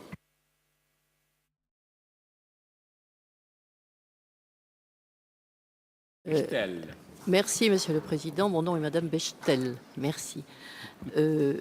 Mon pays, la France, est aujourd'hui particulièrement exposé à la menace terroriste par sa position géographique, mais aussi historique, et peut-être aussi d'ailleurs par la diplomatie qui a été la sienne ces dernières années. La menace qui pèse sur notre pays, comme d'autres, est extrêmement grave et elle pose pour nous, de manière cruciale, la question de la coopération, dont nous nous félicitons beaucoup au sein des pays de l'OSCE, mais sans doute au-delà. Je voudrais être très clair sur un point. Notre pays, comme d'autres, a besoin de renforcer aujourd'hui les moyens de la lutte contre le terrorisme. Ce n'est pas tellement l'arsenal législatif qui est à peu près satisfaisant en France et qui marche bien. Mais ce sont d'abord les moyens de prévention, qu'il s'agisse de l'endoctrinement en prison, de l'endoctrinement par Internet, de la surveillance par les services, notamment par les écoutes, qui doivent avoir une véritable portée, et la cyberintervention. Et enfin, nous avons le problème du suivi des djihadistes lorsqu'ils sont de retour, et notamment à travers le territoire européen, qui, comme vous le savez, est sans passeport au sein de l'Union européenne. Nous avons tous ces problèmes-là, mais je voudrais être très clair sur un point. Puisque nous avons parlé des droits de l'homme ce matin, et encore à certains égards cet après-midi, il n'est pas question dans un pays comme la France d'avoir un Patriot Act de type européen. Il n'est pas question d'avoir, autrement dit, une législation d'exception extrêmement attentatoire aux droits et libertés individuelles sous couleur de lutte contre le terrorisme. Il n'est pas question non plus, et à mon sens, il ne devrait pas être question sur le continent européen de créer un Guantanamo, même si nous avons un problème de mettre en réserve les djihadistes qui retournent notamment du territoire syrien ou des territoires de Daesh. Alors, je dis cela, Monsieur le Président, parce que je crois que si l'OSCE peut avoir un apport, c'est aussi celui de promouvoir en même temps la fermeté et la démocratie, la sécurité et la liberté. Cela, bien entendu, sans illusion excessive. C'est la raison pour laquelle je suis heureuse d'avoir entendu notre représentant spécial parler de l'importance de la coopération, non seulement la coopération, mais il a bien dit la coordination. Or, nous avons des problèmes qui ne sont pas propres à notre pays, mais qui supposent cette coordination. Le premier d'entre eux est la création du fichier dit PNR, c'est-à-dire Passenger Name Record. Comme vous le savez, le Parlement européen s'est opposé jusqu'à présent à l'adoption de ce fichier. Or, ce fichier, nous en avons besoin et le ministre de l'Intérieur français est en train de s'employer à essayer de persuader l'ensemble des pays de l'Union européenne qu'il faut maintenant adopter ce fichier PNR. C'est absolument crucial. Un autre problème, je ne veux pas être trop longue, est celui de la coordination dans les allers et retours de ceux qui partent faire la guerre sainte. Pardon ? 20 seconds. Oui, très rapidement. Yes, les allers-retours de ceux qui partent faire la guerre sainte supposent que nous ayons une coopération élargie à l'autre rive de la Méditerranée. C'est la raison pour laquelle je me suis réjouie du forum qui a lieu hier et c'est la raison pour laquelle je crois qu'il faut élargir largement le champ de la coopération en vue d'une meilleure mobilisation collective. Je vous remercie. Thank you very much, Mrs. Bechtel. I apologize for wrong pronunciation of your family name. Now I'd like to ask Madame Bahar Muradova to take the floor, and the next speaker will be Mr. David Trachuk from Canada. Madame Muradova, you have the floor. Спасибо, уважаемый председатель. Всех нас ужасно потрясли недавние события во Франции и Дании, где жертвами террора стали граждане этих стран. Только представьте себе, вы просыпаетесь утром, выходите из дома по запланированным делам, а в автобусе, метро, в торговом центре или на работе вас подстерегает и находит опасность. Очевидно, что наши чувства полны страха, сожаления, злобы и, наконец, ненависти. Это не укладывается в нормальные человеческие логики. Тем не менее, террор продолжает захватывать еще большие территории и даже те, которые до сегодняшнего дня мы считали самыми безопасными. Если сегодняшний подход к террору и террористическим организациям не изменится и будет продолжать носить селективный характер, то нам будет невозможно обуздать его в будущем. Считаю, что следует отказаться от предоставления выбора человечеству между ценностями Запада и Востока, отложив в сторону общечеловеческие ценности. Доказана иллюзия мыслей и целенаправленной политики в этой связи о том, что одни по праву обладают доминирующим превосходством, а другие не имеют права на жизнь. Чем больше унижений, тем больше ненависти. Результат на глазах.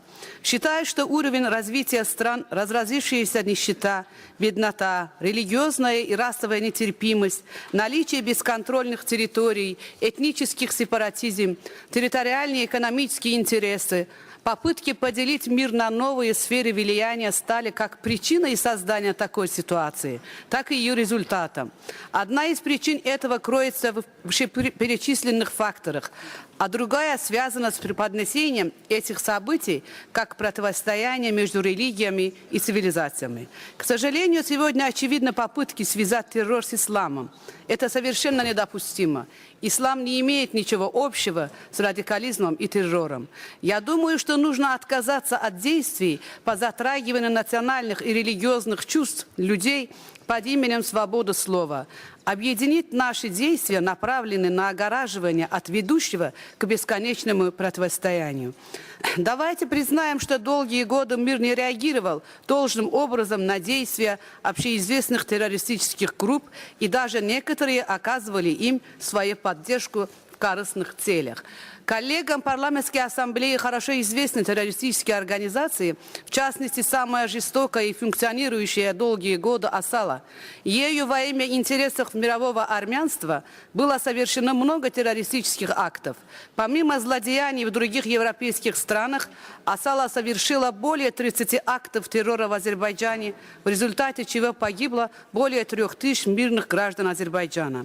Помимо других покровителей, при участии и поддержке Асалы Армения нарушила международное право, оккупировала наши территории, учинила геноцид в Хаджалы, уничтожила наши исторические и религиозные памятники.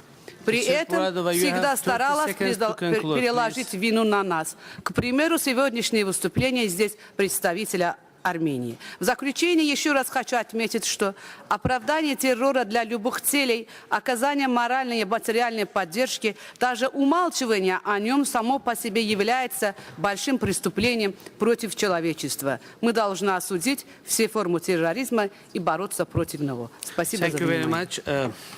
Mrs. Muradova. Now I'd like to give the floor to Mr. David Trachuk from Canada. To be ready, Mr. Andreas Kafkasias from Cyprus. Mr. Trachuk, you have the floor.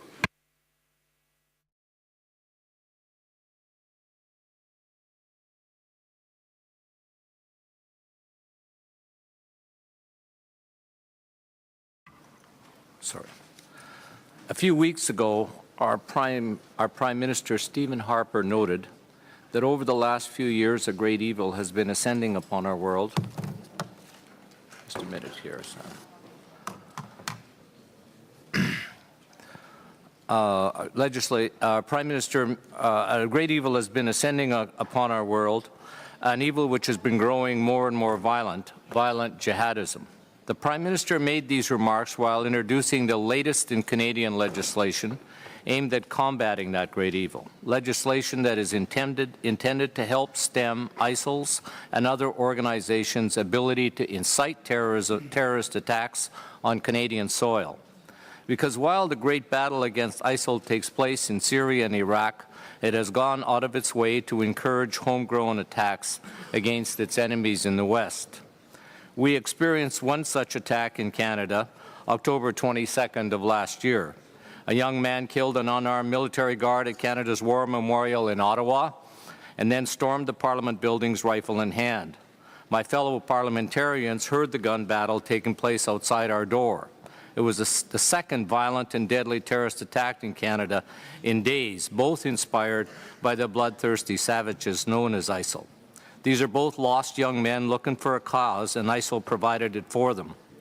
What is different today is that modern technology and the internet help spread these warped ideologies like a wildfire, and the people who fall prey to them can connect to their purveyors from different parts of the world as if they were sitting together in the same room. People who would have had their heads cut off if they actually chanced to sit in the same room as ISIL are weak-minded enough to carry out attacks of homegrown terror in their name. The messages are all the same. They're asking our citizens to kill their countrymen, and failing that, to grab the nearest plane to join them in killing all who disagree with them. The Nazis attempted to isolate and hide their barbarism from their countrymen and the world. These new jihadists revel in it and use their barbaric acts to recruit, and they've discovered a weakness in our soul.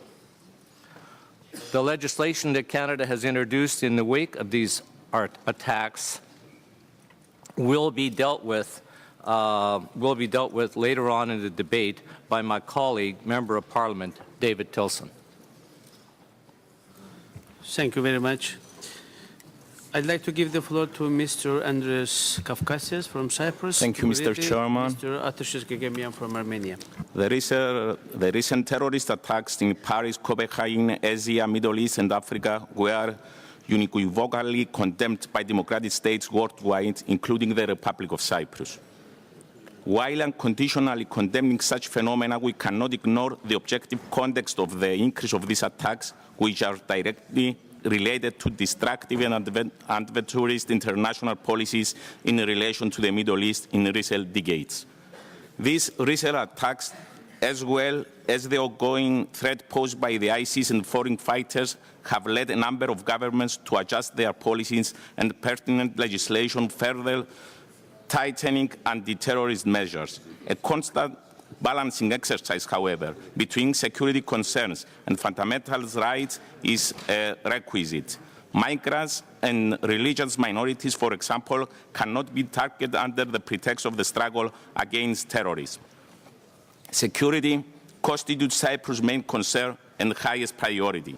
However, the fact that part of its territory remains under Turkish military occupation, where no effective control can be exercised by the Republic, despite the enhanced measures at the ceasefire line, undermines its counter-terrorism effort. At the same time, we do not believe that the way to save the world from the scourge of terrorism is by transforming the cities in Europe into military bases. Operational cooperation, as well as exchange of information and of best practices between law enforcement authorities of OSCE participating states, is indispensable. Increased cooperation of financial intelligence units, as well as cooperation on freezing or confiscating suspected assets, is vital so that terrorist financing through legal and illegal channels may be disrupted. Stricter vigilance of the content of the Internet in synergy with major companies in the field so as to prevent access to terrorist material and propaganda is long overdue. This, of course, without prejudice to the law-abiding citizens' rights to free access to information and to freedom of expression. It is a dire and urgent necessity for the international community to tackle the root causes, which are fertile ground for jihadists to spread terror and to engage desperate people in their deranged and unlawful acts. This proves to be even more essential in light of the widespread recognition that engaging moderate Muslims in the fight against terrorism constitutes the most significant added value to this worldwide effort. In down-to-earth, OSCE participating states need to be more emphatically address the underlying factors of extremism through interfaith dialogue, promotion of tolerance, economic development, social cohesion, and civil education, both within our societies as well as worldwide.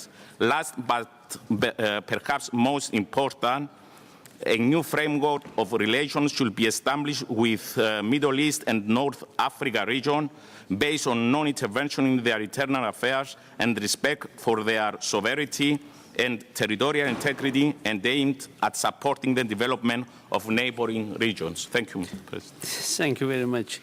I ask all of you, please, to be strict to the timeline. As I said, we have many speakers to take the floor.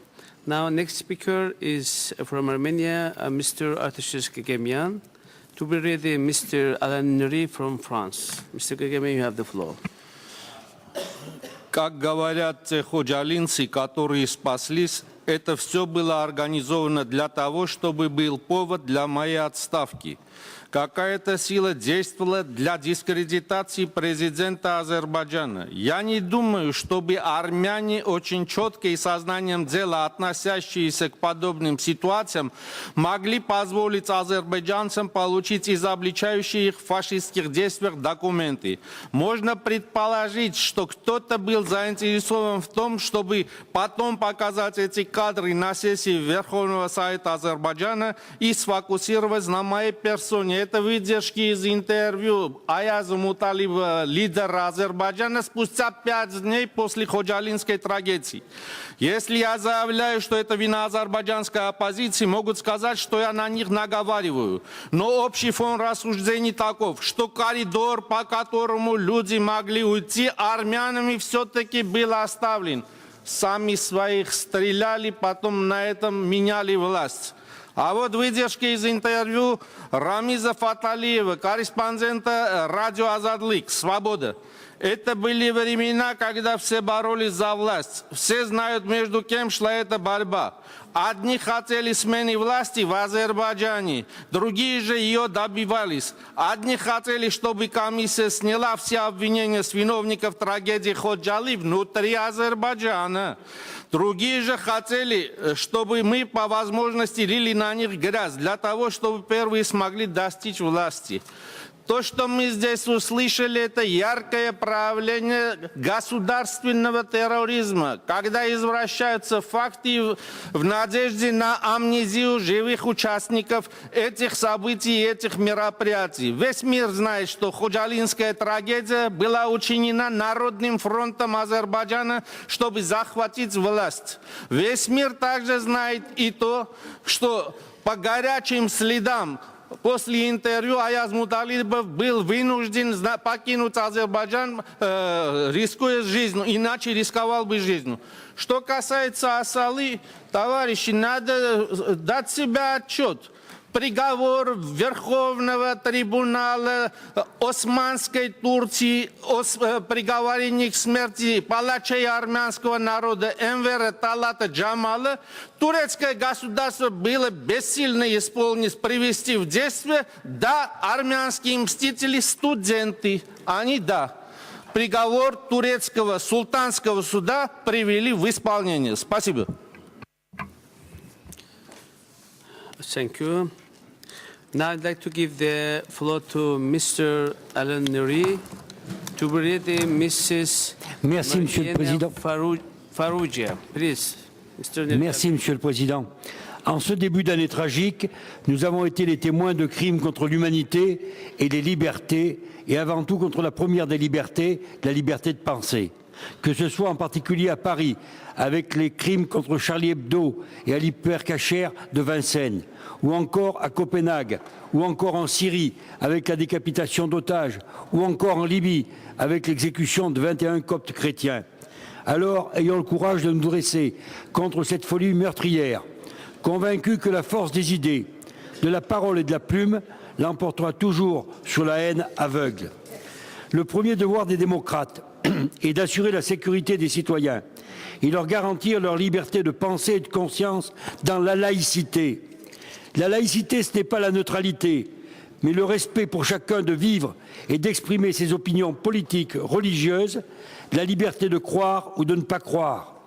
Alors, avec Voltaire, j'affirme, et nous devons affirmer ensemble, que si je ne pense pas comme vous, je me battrai pour que vous puissiez le dire.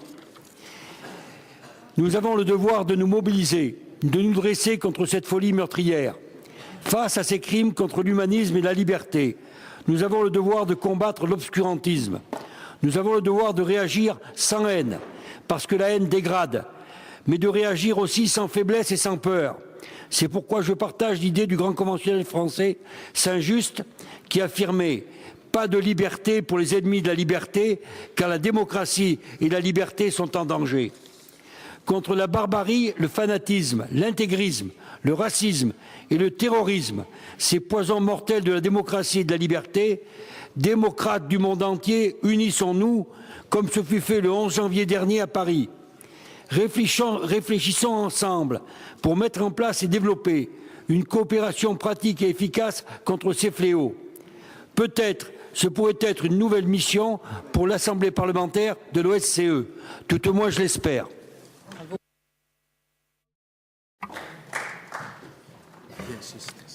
Thank you very much. Now, Mr. Farrugia from Malta, you have the floor. Sorry, Ms. Farrugia, I'm sorry. From Malta, you have the floor. Next one is Mrs. Natalia Anafonova from Ukraine. Mr. Farrugia, please. Dider Beckhalter, the President and Foreign Minister of Switzerland and the OSCE chairperson in office in 2014, had summoned last year as the end of one of the volatile years of this young century. He must have stated this in light of the ongoing crisis and conflicts in Ukraine, Iraq, Syria, Middle East, and the gestation of a new terrorist group, ISIS. Our international systems have been shaken and are being shaken further by what is happening as we speak in the Mediterranean. The way the situation in Libya has evolved in the last 4 years has brought Libya to the brim of total disintegration. Libya is fragmented into 3 entities: an internationally recognized government based in Tobruk, another form of governance in Tripoli, and an extremist terrorist group based in Derna and now in Sirte. For over a year, Malta has been at the forefront, highlighting this instability and undesired effects of human trafficking and irregular immigration, especially those coming from areas of conflict, from the sub-Saharan Africa, and who use Libya as a transient place to step in Europe. In this respect, I thank Italy for Mare Nostrum and their close collaboration at high seas with our armed forces. Europe's recent intervention through Triton was grossly inadequate and an unsuccessful attempt to save human lives. OSCE has voiced and played a leading role in all forms of peacekeeping efforts in Ukraine, and these must be safeguarded. A plausible and lasting solution is a must.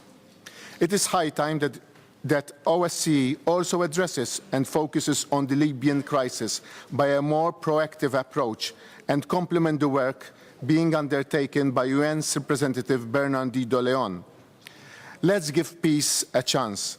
Let's give diplomacy a leading way before any form of military action.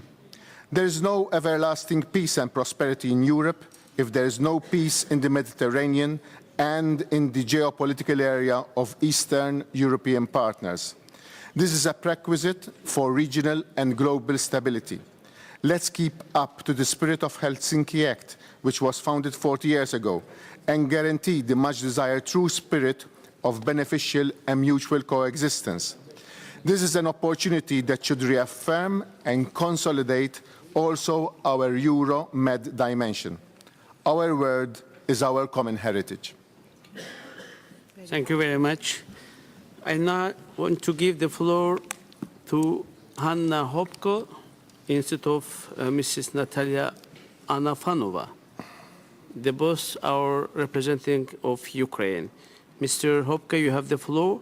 Next one will be Ms. Mariene Farrugia from Malta. Please. Terrorism remains one of the most significant transnational threats to peace, security and stability, as well as to the human rights and social and economic development in the OSCE area and beyond. So, in a view of extremely large numbers of Russian citizens who act as the foreign terrorist fighters in the east of Ukraine in support of terrorism groups operating in Donbass, we request the distinguished Russian MPs to inform us about the measures taken by the Russian authorities to suppress recruitment of those fighters in Russia, to stop their continuous inflow into Ukraine, to investigate and prosecute them for the criminal activities.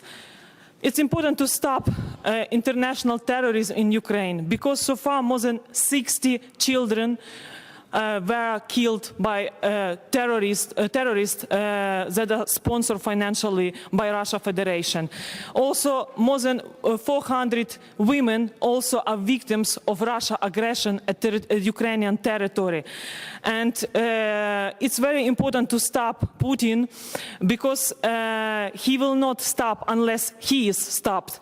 And it's important to discuss during this session at OSCE what measures could be done within the OSCE group to support the peaceful solution in Ukraine and also to provide the increasing capacity of defensive weapon of Ukraine in case if we will see another attack by Russia-sponsored terrorists at Ukrainian territory. Thank you.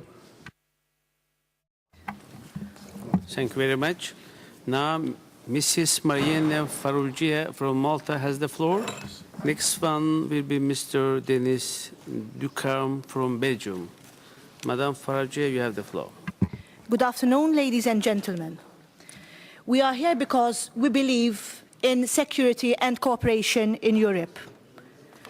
So if we believe in security and cooperation in Europe, we have to make it obvious to everybody noticing how we act as Europeans together, that any attack on the territorial integrity of any European country is abhorred, is not accepted. We cannot have a situation where a military power can attack any weaker nation, and we stand here deliberating on when and how to stop the advance.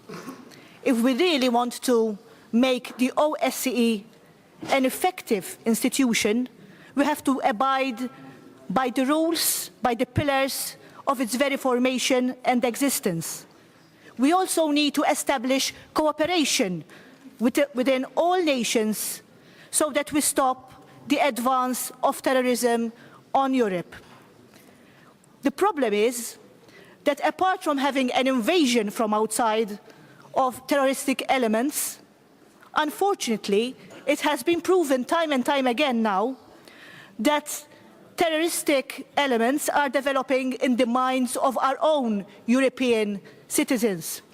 So as OSCE, I suggest that we try to handle and tackle the roots of the development of radicalization within the minds of our youths especially. We have to question why this is happening, and to stop and deal with the issues that are making our youth susceptible to radicalization and to taking up terrorism within Europe and outside Europe. I come from a very small island in the Mediterranean who, as I said yesterday, has played nurse and has played a peacekeeping mission throughout its existence. And we are now in grave danger of being assailed by these terroristic elements which have taken root in Libya. I appeal to the OSCE to cooperate and to coordinate activity with all institutions that exist, which are formed, which have been formed, which were born to uphold world peace, to take action to secure the southern borders of Europe. Thank you, Mr. Chairman. Thank you very much.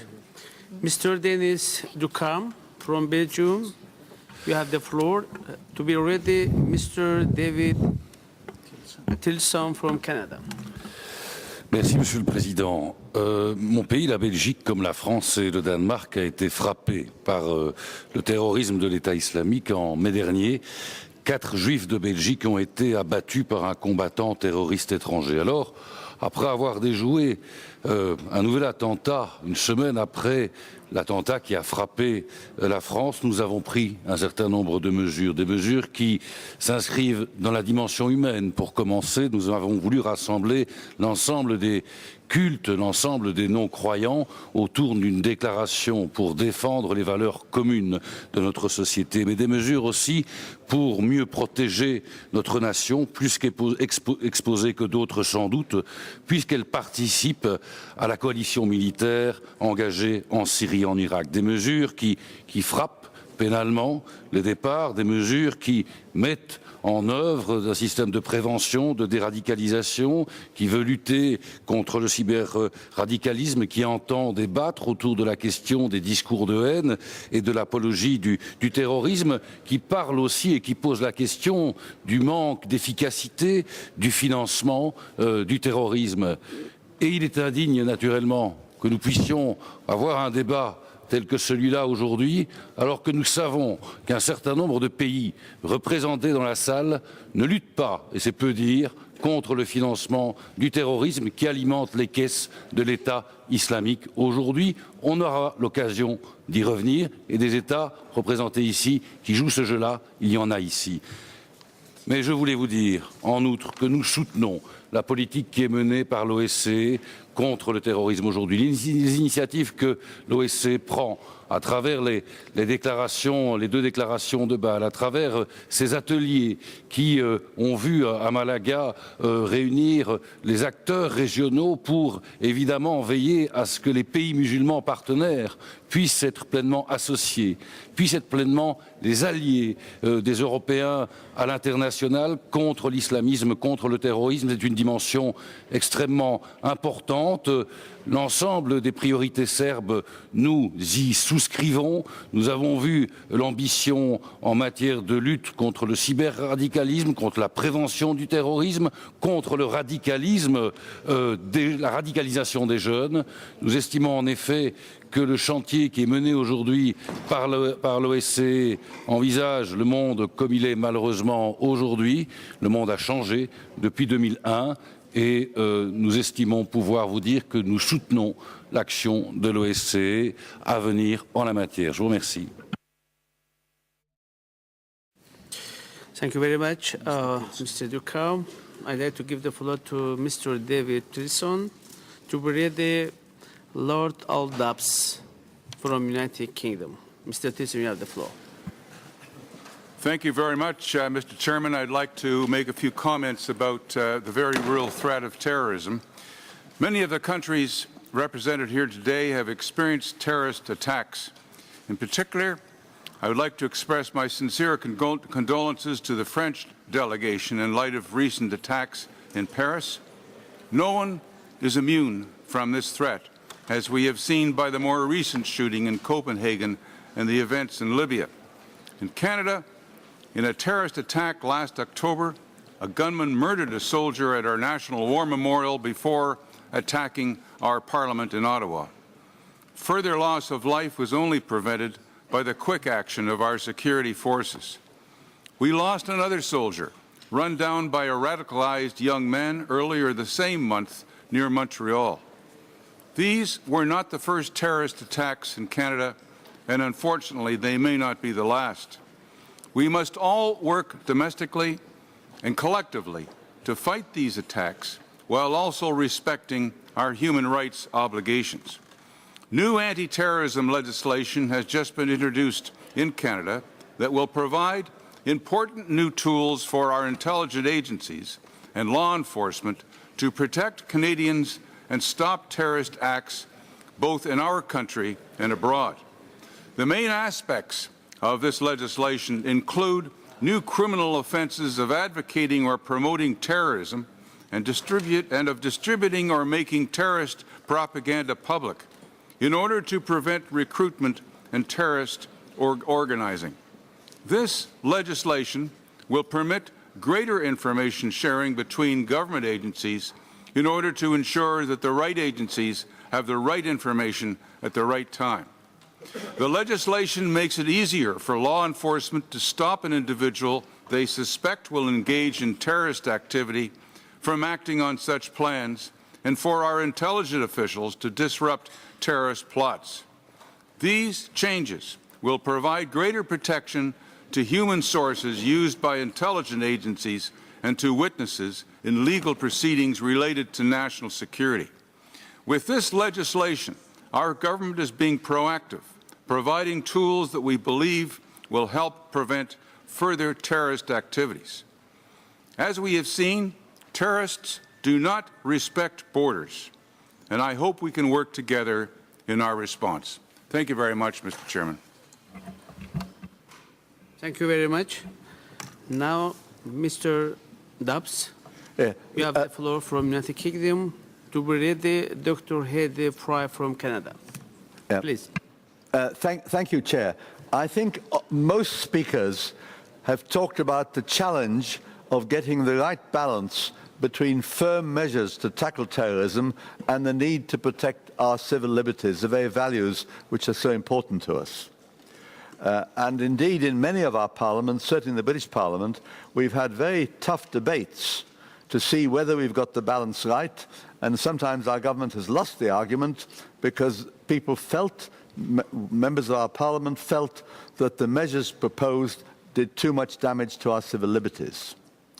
What has come out recently is, of course, that some of the terrorists have been known to the authorities for some time, especially those returning for foreign terrorist fighters. I suppose the problem is that there have been so many of them that it's been impossible for our security services to keep them all under scrutiny, and that is one of the big challenges we face. But what is clear is that what we need is a maximum intelligence in order that we can, as it were, deal with the threat of terrorism. And maybe we've got to step up our security services so that they can keep people under scrutiny in a way that is consistent with our civil liberties. Clearly, because terrorism is so international, because terrorism is affecting so many of us, and because the terrorists themselves move from one country to another and communicate, it is crucial that we have an effective exchange of information across countries. And that is surely one of the things where the OSCE can step in very well. But the problem for that is that we've got to trust each other. I don't mean we as politicians and we as members of the Parliamentary Assembly, but the security services have also got to trust each other, because if we're going to exchange sensitive information, we've got to make sure that that doesn't leak in the country to which it is exchanged. So that, I think, is a big challenge to us, and I think it is a similar challenge to that which we all have to make sure, as I said at the beginning, that we try and achieve the right balance between firm measures to tackle terrorism and the need to protect the very values in our society which are also under danger. Thank you very much. Now I'd like to give the floor to Dr.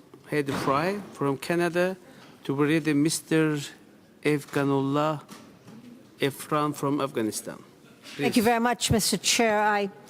I wanted to put a different light on this. We talk a lot about radicalization of young people who have grown up in our countries, who have been citizens, who have lived 2, 3 generations, and who are now seeming to be easily lured into terrorist activity. Many of them are not even themselves Muslims or from Islam, but they radicalize, they join Islam, and they become extremists, and they travel to countries so that they can begin terrorism training, etc., and then come back into the countries where they become those who create single-issue or single-person terrorist acts. I know as a gender representative I talk about women, and it may sound that I think women are the greatest thing since sliced bread, and they're obviously finer than men in any way. I just wanted to bring us back down to earth and suggest that gender is not just about women. Gender is about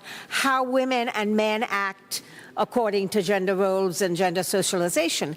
And I wanted to say that many women, and we haven't talked a lot about many women who have been radicalized, and I think one of the things we need to look at is the anti-terrorism transnational threats under the OSCE that's looking at anti-terrorism, has actually written a paper on the radicalization of women, whether it is because women have lost husbands and whatever to war or to other threats, that they become angry and they are filled with hate, and they can be as virulent as a male terrorist. And so I think we need to ask ourselves what leads to the radicalization of women, and how do we deal with this with a specific gender lens to find out how we can stop the radicalization of women. What are the specific things that lead them to become radicalized? Secondly, I think on the other hand, we need to look at the role of women in countering radicalization and in countering terrorism. So I just wanted to point to the fact that, you know, whether it be a 15-year-old girl who leaves the United States because she wants to become, you know, Arabian Nights, a caliphate, wonderful, romanticized version of what's happening, I think we need to deal with some of these issues, and we need to find a way to counter it through social media in the way that terrorists have been using social media to lure. We might want to think about how we use social media to teach, to educate, to ensure that reality, especially with young women, is there and they understand exactly what they're going into. Remove that pink and rosy lens of romanticism, etc., and also to deal with the hate that causes some women to become very virulent terrorists. So I just wanted to pinpoint this and think that we need to look at this, because the instruments that we use to de-radicalize or to help men, young men and men, to stop becoming radicalized are not going to be the same instruments and tools we use to help to stop women from becoming de-radicalized. Thank you. Thank you very much. Mr. Irfan from Afghanistan, you have the floor. Next speaker will be Mr. Matthew Ravignan from Canada. بسم الله الرحمن الرحیم. تشکر جناب رئیس. جای مسترد است که در این نشست کمیته عمومی راجع به امور سیاسی و امنیت اشتراک می‌نمایم. صحبت ویژه امروز روی یکی از مهمترین موضوعات است ما تمرکز دارد، یعنی مبارزه با توریسم، موضوعی که از اهمیت بالایی برای کشور من افغانستان برخوردار است. برای سالها افغانستان یکی از قربانیان اصلی توریسم بین‌المللی که گناه برای بشریت است بوده و هنوز هم از این پدیده شوم رنج می‌برد. هر روز ده‌ها فرد بیگانه از جمله زنان و اطفال در حملات مختلف توریستی در افغانستان جان‌های خود را از دست می‌دهند. ما به شدیدترین الفاظ توریسم از جمله حملات اخیر توریستی در حوزه سازمان امنیت و همکاری در اروپا از جمله در تونس، مصر، ترکیه، فرانسه و دانمارک را محکوم می‌کنیم و برای قربانیان و فامیل‌هایشان دعا می‌کنیم. تداوم این حملات بی‌رحمانه نشان می‌دهد که تلاش‌های ما در راسته مبارزه با توریسم به اندازه کافی موثر نبوده است و اینکه ما نیاز به یک رویکرد جامع‌تر، منسجم‌تر و متعادل‌تر به مبارزه با این پدیده شوم داریم. در این چارچوب ما معتقدیم که رسیدگی به تمویل توریسم و پناهگاه‌های توریستان و همچنین پیوند فزاینده بین توریسم، مواد مخدر و اشکال مختلف جرایم سازمان یافته باید در صدر اقدامات امنیتی و تنفیذ قانون برای مبارزه با این پدیده شوم قرار داشته باشد. بسیار از گروه‌های توریستی کماکان به پناهگاه‌های امن دسترسی دارند، یعنی جایی که آنها آموزش می‌بینند، تجهیز می‌شوند و حمایت مالی دریافت می‌نمایند. امروزه تروریسم از پیوند خود با انواع جرایم سازمان یافته جمله قاچاق مواد مخدر، قاچاق انسان، تطهیر پول و تجارت تسلیحات کوچک و سبک منفعت میبرد. ما باید این پیوندها را از بین ببریم و تلاش مانیتورش‌های توریسم را بخشکاریم. علاوه بر این رسیدگی به فاکتورهای اجتماعی و اقتصادی از جمله فقر از اهمیت خاصی برای مبارزه با جاذبه توریسم برخوردار است. ما مخصوصا باید موضوع بیکاری جوانان را مورد بررسی قرار دهیم، چرا که بیکاری در بین جوانان نوع احساس انزواج ایجاد می‌نماید که این خود به افراطگرایی متوقف از سوی استفاده آنها توسط گروه‌های توریستی منجر می‌شود. بنابراین اقدامات امنیتی و تنفیذ قانون باید در چارچوب یک رویکرد منسجم و متعادل با اقدامات در زمینه تقویت انکشاف و ادغام اجتماعی همراه گردد. جناب رئیس، افغانستان قربانی جنگ سرد بوده است، جنگی که زمینه پرورش توریسم در کشور ما و منطقه را فراهم نمود. به علت فراموش شدن افغانستان توسط جامعه جهانی در اوایل دهه 90 مردم افغانستان برای چندین سال رنج بردند و سرزمینشان به پناهگاه توریسم تبدیل شد. از سقوط رژیم طالبان در سال 2001 به این سو به خاطر سهمگیری جامعه جهانی و تعهد دولت و مردم افغانستان پیشرفت‌های مهم در تمام عرصه‌های اجتماعی، اقتصادی و سیاسی نائل آمده‌ایم. با استفاده از این فرصت میخوام از تمام کارمندان منطقه‌ای و بین‌المللی و مخصوصا کشورهای عضو پارتنر سازمان امنیت و همکاری در اروپا به خاطر حمایتشان از افغانستان در ظرف 13 سال گذشته تشکر نماییم. حکومت وحدت ملی به ادامه تلاش‌ها در راستای مبارزه با توریسم متحد است و مردم افغانستان از این تلاش‌ها حمایت می‌کنند. ما باید مشترکاً روشن سازیم که توریسم تحت هر بیرق و نام باید قویاً رد شود. اینکه توریسم تحت هیچ شرایط قابل توجیه نیست و مخالف با تمام ادیان، حقوق بشر و آزادی است. در یک کلام توریسم یک جرم بین‌المللی است. افغانستان در جریان دهه تحول از 2015 تا 2024 به حمایت‌های دوامدار جامعه جهانی نیاز خواهد داشت تا بتواند دستاوردهای خود در زمینه مبارزه با توریسم را در چارچوب یک رویکرد جامع از جمله تسلیق آموزش و تجهیز هرچی بیشتر نیروهای امنیتی ملی حفظ نماید. تشکر از توجه شما. Thank you very much, Mr. Irfan. Now, I'd like to give the floor to Mr. Matthew.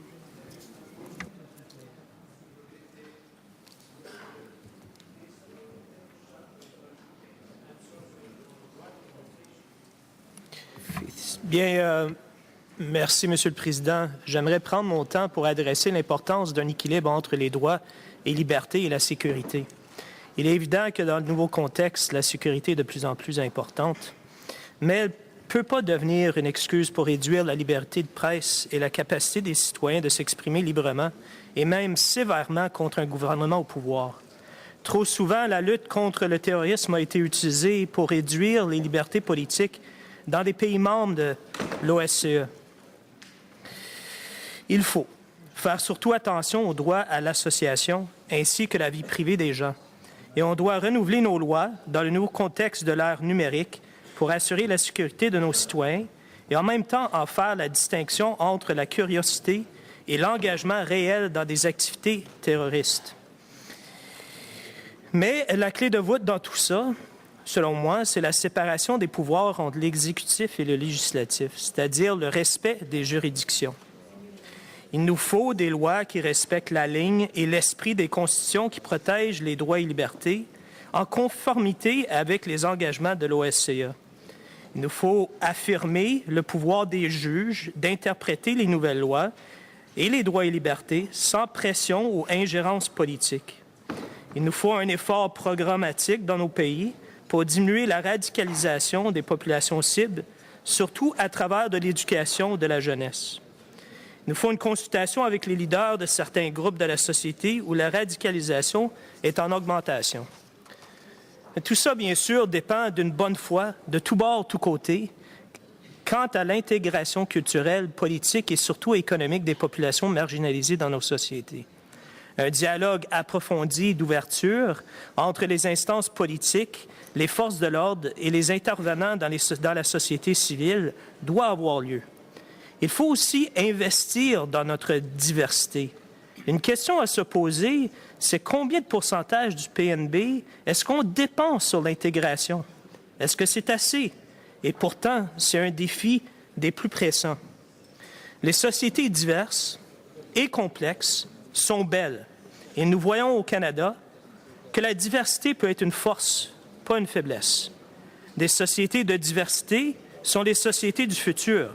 Même s'ils sont parfois difficiles à gérer, nous devons toutefois les gérer avec une grande sagesse, tout en respectant la liberté des citoyens et en assurant la sécurité et la stabilité, ainsi que l'épanouissement de nos citoyens. Pas une tâche facile, sans doute, mais une tâche essentielle. Merci, Monsieur le Président. Thank you very much. Now I'd like to give the floor to Mr. Nestor Safrich from Ukraine. To be ready, Mr. Slutsky from Russia.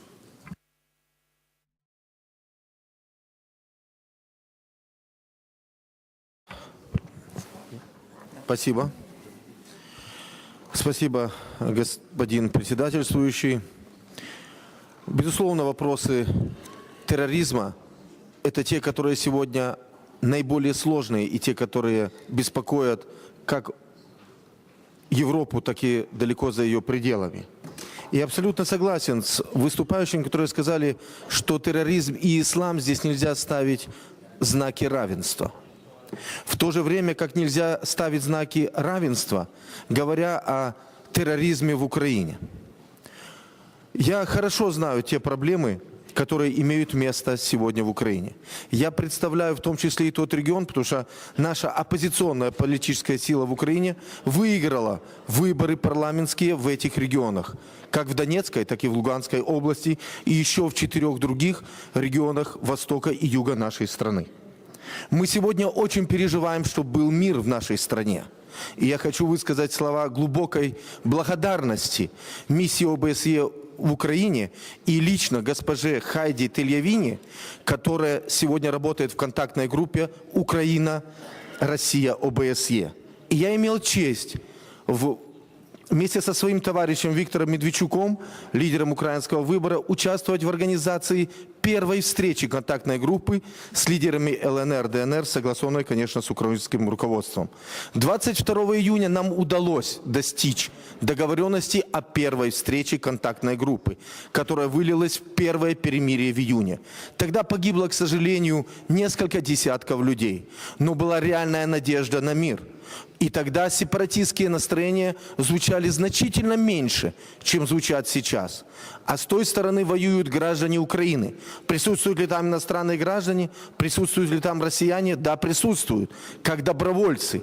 И 29 июля руководитель Генштаба Украины четко заявил, что Украина не воюет с регулярными российскими войсками. Сегодня мы должны сделать все, чтобы сохранить минские достижения. Сегодняшние консультации и переговоры лидеров нормандской четверки внушают реальную надежду на то, что мир удастся сохранить. И та тропинка, которая была найдена неделю назад в Минске, она будет реалистичной. Но для того, чтобы из Минских соглашений мы не получили замороженный конфликт, а реальный мир, надо договоренности имплементировать в Конституцию Украины, внести соответствующие изменения и обеспечить свободные выборы в украинском Донбассе. Подчеркиваю, в украинском Донбассе. Для нас Украина едина и неделима. Мы никогда не согласимся с тем, что мы потеряли хоть 1 квадратный метр нашей земли, хотя в Донецке или в Крыму. Безусловно, вопрос Крыма более сложный и требует исключительно юридическо-дипломатического урегулирования с учетом реального стремления жителей Крыма. Но это все должно быть решено. Наши страны не имеют права противостоять друг другу. Мы имеем тысячную, многовековую совместную историю. Спасибо. Thank you very much. I'd like to kindly ask my dear colleagues not to go into the details of Ukrainian crisis, since we will have tomorrow special debate on that issue. So, next speaker, as I announced, is Mr. Slutsky from Russia. To be ready, Mr. Igor Popov. Большое спасибо, господин председательствующий. Очень характерно выступать после Нестора Шуфрича, тем более, что я очень во многом согласен с тем, что он сказал. Сегодня, как никогда, верны слова многим известного экс-президента Национального собрания Франции, господина Фарни, который говорил о том, что 21-е столетие будет столетием парламентской дипломатии. Зачастую парламентская дипломатия проходит там, где сложно пройти дипломатии официальной. Сегодня наша организация должна вновь стать Организацией по безопасности и сотрудничеству в Европе. Сегодня наша организация действительно должна хранить подлинно европейские ценности против той панатлантической экспансии в европейские институты, о которой мы будем говорить завтра в ходе специальной дискуссии по Украине. Я должен сейчас сделать акцент на том, что действительно сегодня в Донецке и Луганске нет регулярных частей и соединений российских вооруженных сил. В противном случае эти соединения, эти танки и все остальное, о чем нас сейчас усиленно кормят в мировом политическом и информационном пространстве с Запада, конечно, были бы зафиксированы космической съемкой, были бы зафиксированы специальные миссии ОБСЕ. Мы завтра будем слушать господина Эртугрула Атакана, шефа специальной миссии ОБСЕ, который еще раз нам это подтвердит. В России нет системного рекрутирования и набора добровольцев на юго-восток Украины. Но там есть кровопролитный гражданский конфликт, где люди отдают свои жизни, и в том числе действительно украинские вооруженные силы и Национальная гвардия уничтожают стариков, женщин и детей, которые готовы и отдают свои жизни за то, чтобы жить в своей родной стране, демократической, и учить детей на родном для них русском языке. Сегодня действительно юго-восток Украины является центром геополитической схватки за демократическую Европу, за подлинные ценности, за русский мир. И мы должны сегодня отдавать себе отчет в том, что действительно там происходит. То, что это ведет не Путин, уже стало сегодня отчетливо понятно мировому сообществу. И миротворческая роль России и Путина стала отчетливо ясна после консультаций в Минске. Россия сыграла сегодня самую серьезную роль, чтобы минские договоренности состоялись и чтобы они послужили делу установления мира на этой многострадальной территории. И сегодня в наших силах здесь, в парламентской ассамблее, действительно сконцентрировать усилия над тем, чтобы минские договоренности были выполнены. И для этого мы должны все вместе сесть за стол переговоров. Для этого я призываю соблюсти механизм Бакинской переговорной группы, о которой принято решение на Бакинской сессии парламентской ассамблеи. И думаю, что первое заседание мы вполне могли бы провести уже в конце марта, где по предложению руководителя немецкой делегации мы должны все вместе собраться и подумать о том, как остановить кровопролитный гражданский кризис на Украине. И полноценное заседание Бакинской группы мы могли бы провести в июне. Спасибо. Thank you very much, Mr. Slutsky. Now, Mr. Igor Popov, you have the floor. Next speaker will be Mr. Bilhon Tamaygil from Turkey. Please, Popov, Mr. Popov, you have the floor. Mr. Chairman, dear colleagues, today we meet the biggest challenge for security in OSCE region after the Second World War. First time after that war, one country occupied and enclosed the part of another country, of my country. 70 years ago, the leaders of anti-Nazi coalition signed in Yalta Declaration about principle which saved our peace in the region for 70 years. And where is Yalta now? Under occupation. It's clear foreign aggression. And we measure it as a foreign terrorist. And when we look at a Basel Declaration on foreign terrorist fighters, it proves that it's foreign citizens participating in terrorist activity in another country. My country is big and we have regional differences, as in many other countries. People speak different languages. People go to different churches. But for 23 years of my history, we discussed these differences, but we never shoot each other. We have different political views with my colleagues in delegation. We have representatives of government parties, coalition parties, as well as a representative of opposition party, who spoke just several minutes ago. But all of them are strictly for peace. We are ready to fulfill our Minsk commitments and to move from terrorist methods of political discussions to peaceful methods. But we need only one thing for this. Please, Russia, pull away your troops from my country. It will be very difficult for us to go to peaceful dialogue, but we will do it. Our people are waiting for peace in my country. We are ready to fulfill our Minsk agreements. We are ready to conduct free and fair elections, and we clearly understand that my party will maybe not win in Donbas region, but people will vote for their representatives. I am pretty sure ODIHR will send observers as soon as we will guarantee security for such observers. In several months, we will meet in Helsinki to celebrate and to discuss Helsinki Plus 40. And the best gift for our meeting in Helsinki will be if all the delegations, all the member participating states will fulfill Helsinki document. Thank you. Thank you very much. Now, I'd like to give the floor to Mr. Bilhon Tamaygil from Turkey to bring Mr. Divinia from Italy. Mr. Tamaygil, you have the floor. Yes. Thank you, Mr. Chairman. Terrorism has emerged as one of the serious challenges of the post-Cold War era. It has been diversified and taken new forms throughout the time. We have been trying to find ways and means to respond to this challenge for many years.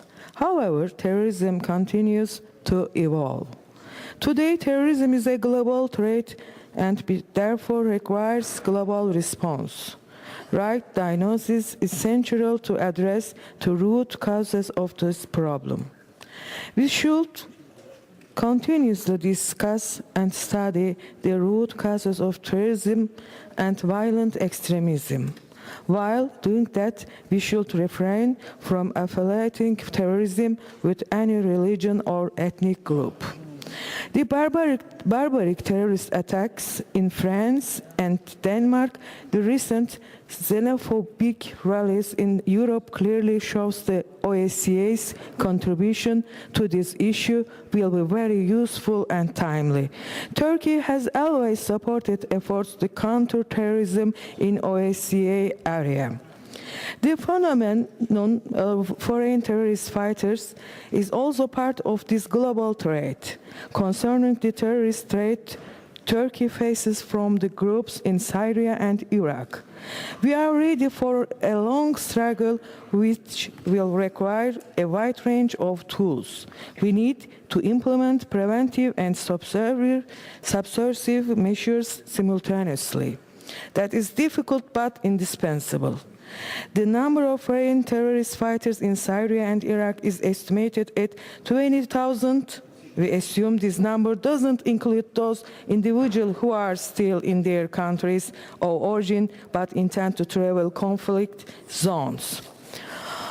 Our priority is to prevent foreign terrorist fighters at this first point of entry, since it is more difficult to trace and apprehend than once they enter, particularly when actionable intelligence and information comes late or at times is altogether absent. As developments following Paris attacks revealed, actionable and timely intelligence cooperation is of vital importance. The other side of our long land border with Syria is a war zone partly controlled by Daesh and Syrian regime. Considering the difficulty of ensuring 100% physical security of land borders and already existing difficulties with the 1.6 million Syrians under our protection, we expect our partners to increase measures to prevent travels of suspected foreign terrorist fighters in the first place.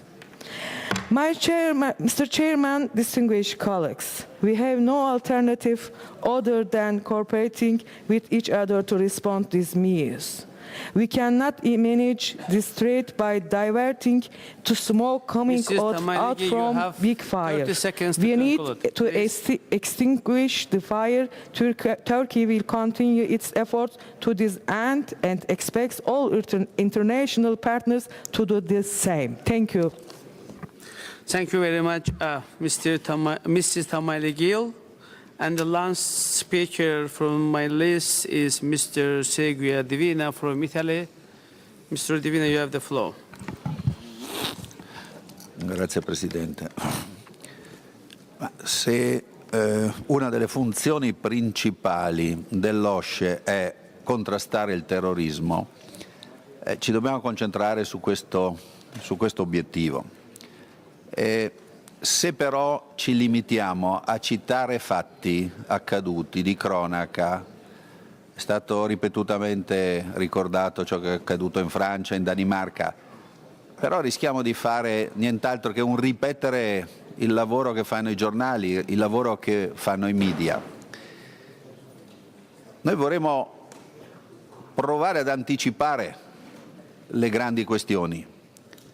Non so se i vostri paesi hanno avuto le stesse nostre notizie. Noi abbiamo notizie dai servizi italiani che è in procinto di essere effettuato un attacco aereo al nostro paese. Noi non riusciamo a capire come l'ISIS si sia procurato degli aerei, sembra nella zona di Sirte, ma questa è una minaccia che conosciamo e che da qui dovremmo partire a tamponare ciò che si può tamponare. A noi sembra che in questa sede si parla di cose importanti, ma si trascurano le minacce reali. La Russia, per noi non è assolutamente una minaccia, la Russia. Il caso ucraino è un problema grave, effettivamente, ma non è una minaccia per la sicurezza dei paesi, i nostri paesi, dei paesi aderenti all'OSCE. I problemi tra due Stati si sono sempre risolti in via diplomatica. La questione di minoranze, la questione di compatibilità, la richiesta di autonomia è legittima dove ci sono minoranze che si scostano dalla maggioranza dell'altra componente statuale. Il Trentino l'ha risolta con una fortissima delega, una fortissima autonomia dallo Stato italiano. Vorrei chiudere, ed è un'altra notizia che abbiamo preso oggi. Dagli arsenali libici sono spariti 6.000 barili di uranio grezzo. Ed ho anche chiuso, Presidente. Lei sa che con l'uranio grezzo non si condisce l'insalata, si fanno altre cose. Per cui parliamo di questioni che in questo momento a noi sembrano vere minacce e proviamo a concentrarci su quelle. Grazie. Thank you very much. Dear ladies, gentlemen, dear colleagues, Mrs. Bahar Muradova from Azerbaijan delegation has asked to exercise the right of reply. The chairmanship of the committee has decided to give her floor for 1 minute. Mrs. Muradova, you have the floor. Уважаемые коллеги, мне не хотелось бы тягаться с представителями армянской делегации, однако он коснулся вопроса коридора для жителей Ходжалы, якобы предоставленного Арменией для выхода жителей города оттуда. Вопрос: зачем армяне создали коридор для жителей Ходжалы в 20-градусную морозную ночь? Не являлось ли это этнической чисткой территории? Армянский коллега цитировал здесь слова нашего прежнего президента. А я приведу слова нынешнего президента Армении Сержа Саргсяна, главного виновника хаджалинской трагедии. Он говорит: до событий в Ходжалы азербайджанцы думали, что они шутят с нами. Они полагали, что армяне – это люди, которые не смогут поднять руку на гражданское население. Нам удалось сломать этот стереотип. Именно это и произошло. Интервью Сержа Саркисяна, Томасу Девала, 2003 год, книга «Черный сад». Спасибо за внимание. Thank you very much. Thank you very much, dear distinguished colleagues, Member of Parliament. If I have another request from Kazakhstan, Mr. Adirbekov, if you are insisting, please just take 1 minute. Да, спасибо. Уважаемые коллеги, действительно мы поддерживаем, что сегодня противодействие национальным угрозам безопасности занимает ключевое место в повестке дня в ОБСЕ. В данный нелегкий период времени полагаем, что необходимо рассматривать вопросы безопасности всего Центральноазиатского региона от террористских угроз как неотъемлемую часть глобальной системы безопасности. И надо сказать, что Казахстан за год независимости реализовал целый ряд конкретных шагов в этом направлении. Например, постоянно совершенствует систему мирообеспечения безопасности общества и государства, что позволило накопить определенный опыт выявления и пресечения деятельности террористических организаций. Безусловно, определяющим фактором противодействия международному терроризму и экстремизму является создание условий социальных, политических, экономических, культурных, с тем, чтобы исключить возможность распространения носителями и проводниками экстремистских идей и учений, способствующих предотвращению их появления на территории страны. И в то же время Казахстан считает, что международное сотрудничество в борьбе с терроризмом должно осуществляться на полном соответствии с нормами международного права, а также поддерживает дальнейшее совершенствование антитеррористских договорных механизмов, в том числе в отношении принятия всеобъемлющей конвенции о борьбе с международным терроризмом. Спасибо за внимание. Thank you very much. Thank you very much, dear friends, dear colleagues. I'd like to thank to all of our speakers for their great contributions, for being with us today, making the presentations, as well as I am so grateful to all my colleagues for their active participation in that debate. Now, I would like to ask all of our colleagues for tomorrow's debates. And as I already mentioned, we have many speakers, and the list is going to be closed by tomorrow at 10 a.m. So I think the people who didn't register so far, they can use this opportunity and to register as a speaker for tomorrow. So The meeting is now closed. I'd like at the end thank to all our interpreters for their excellent job, for their excellent communication, and I really appreciate their efforts, their thoughts, their contribution to our committee meeting. Thank you very much.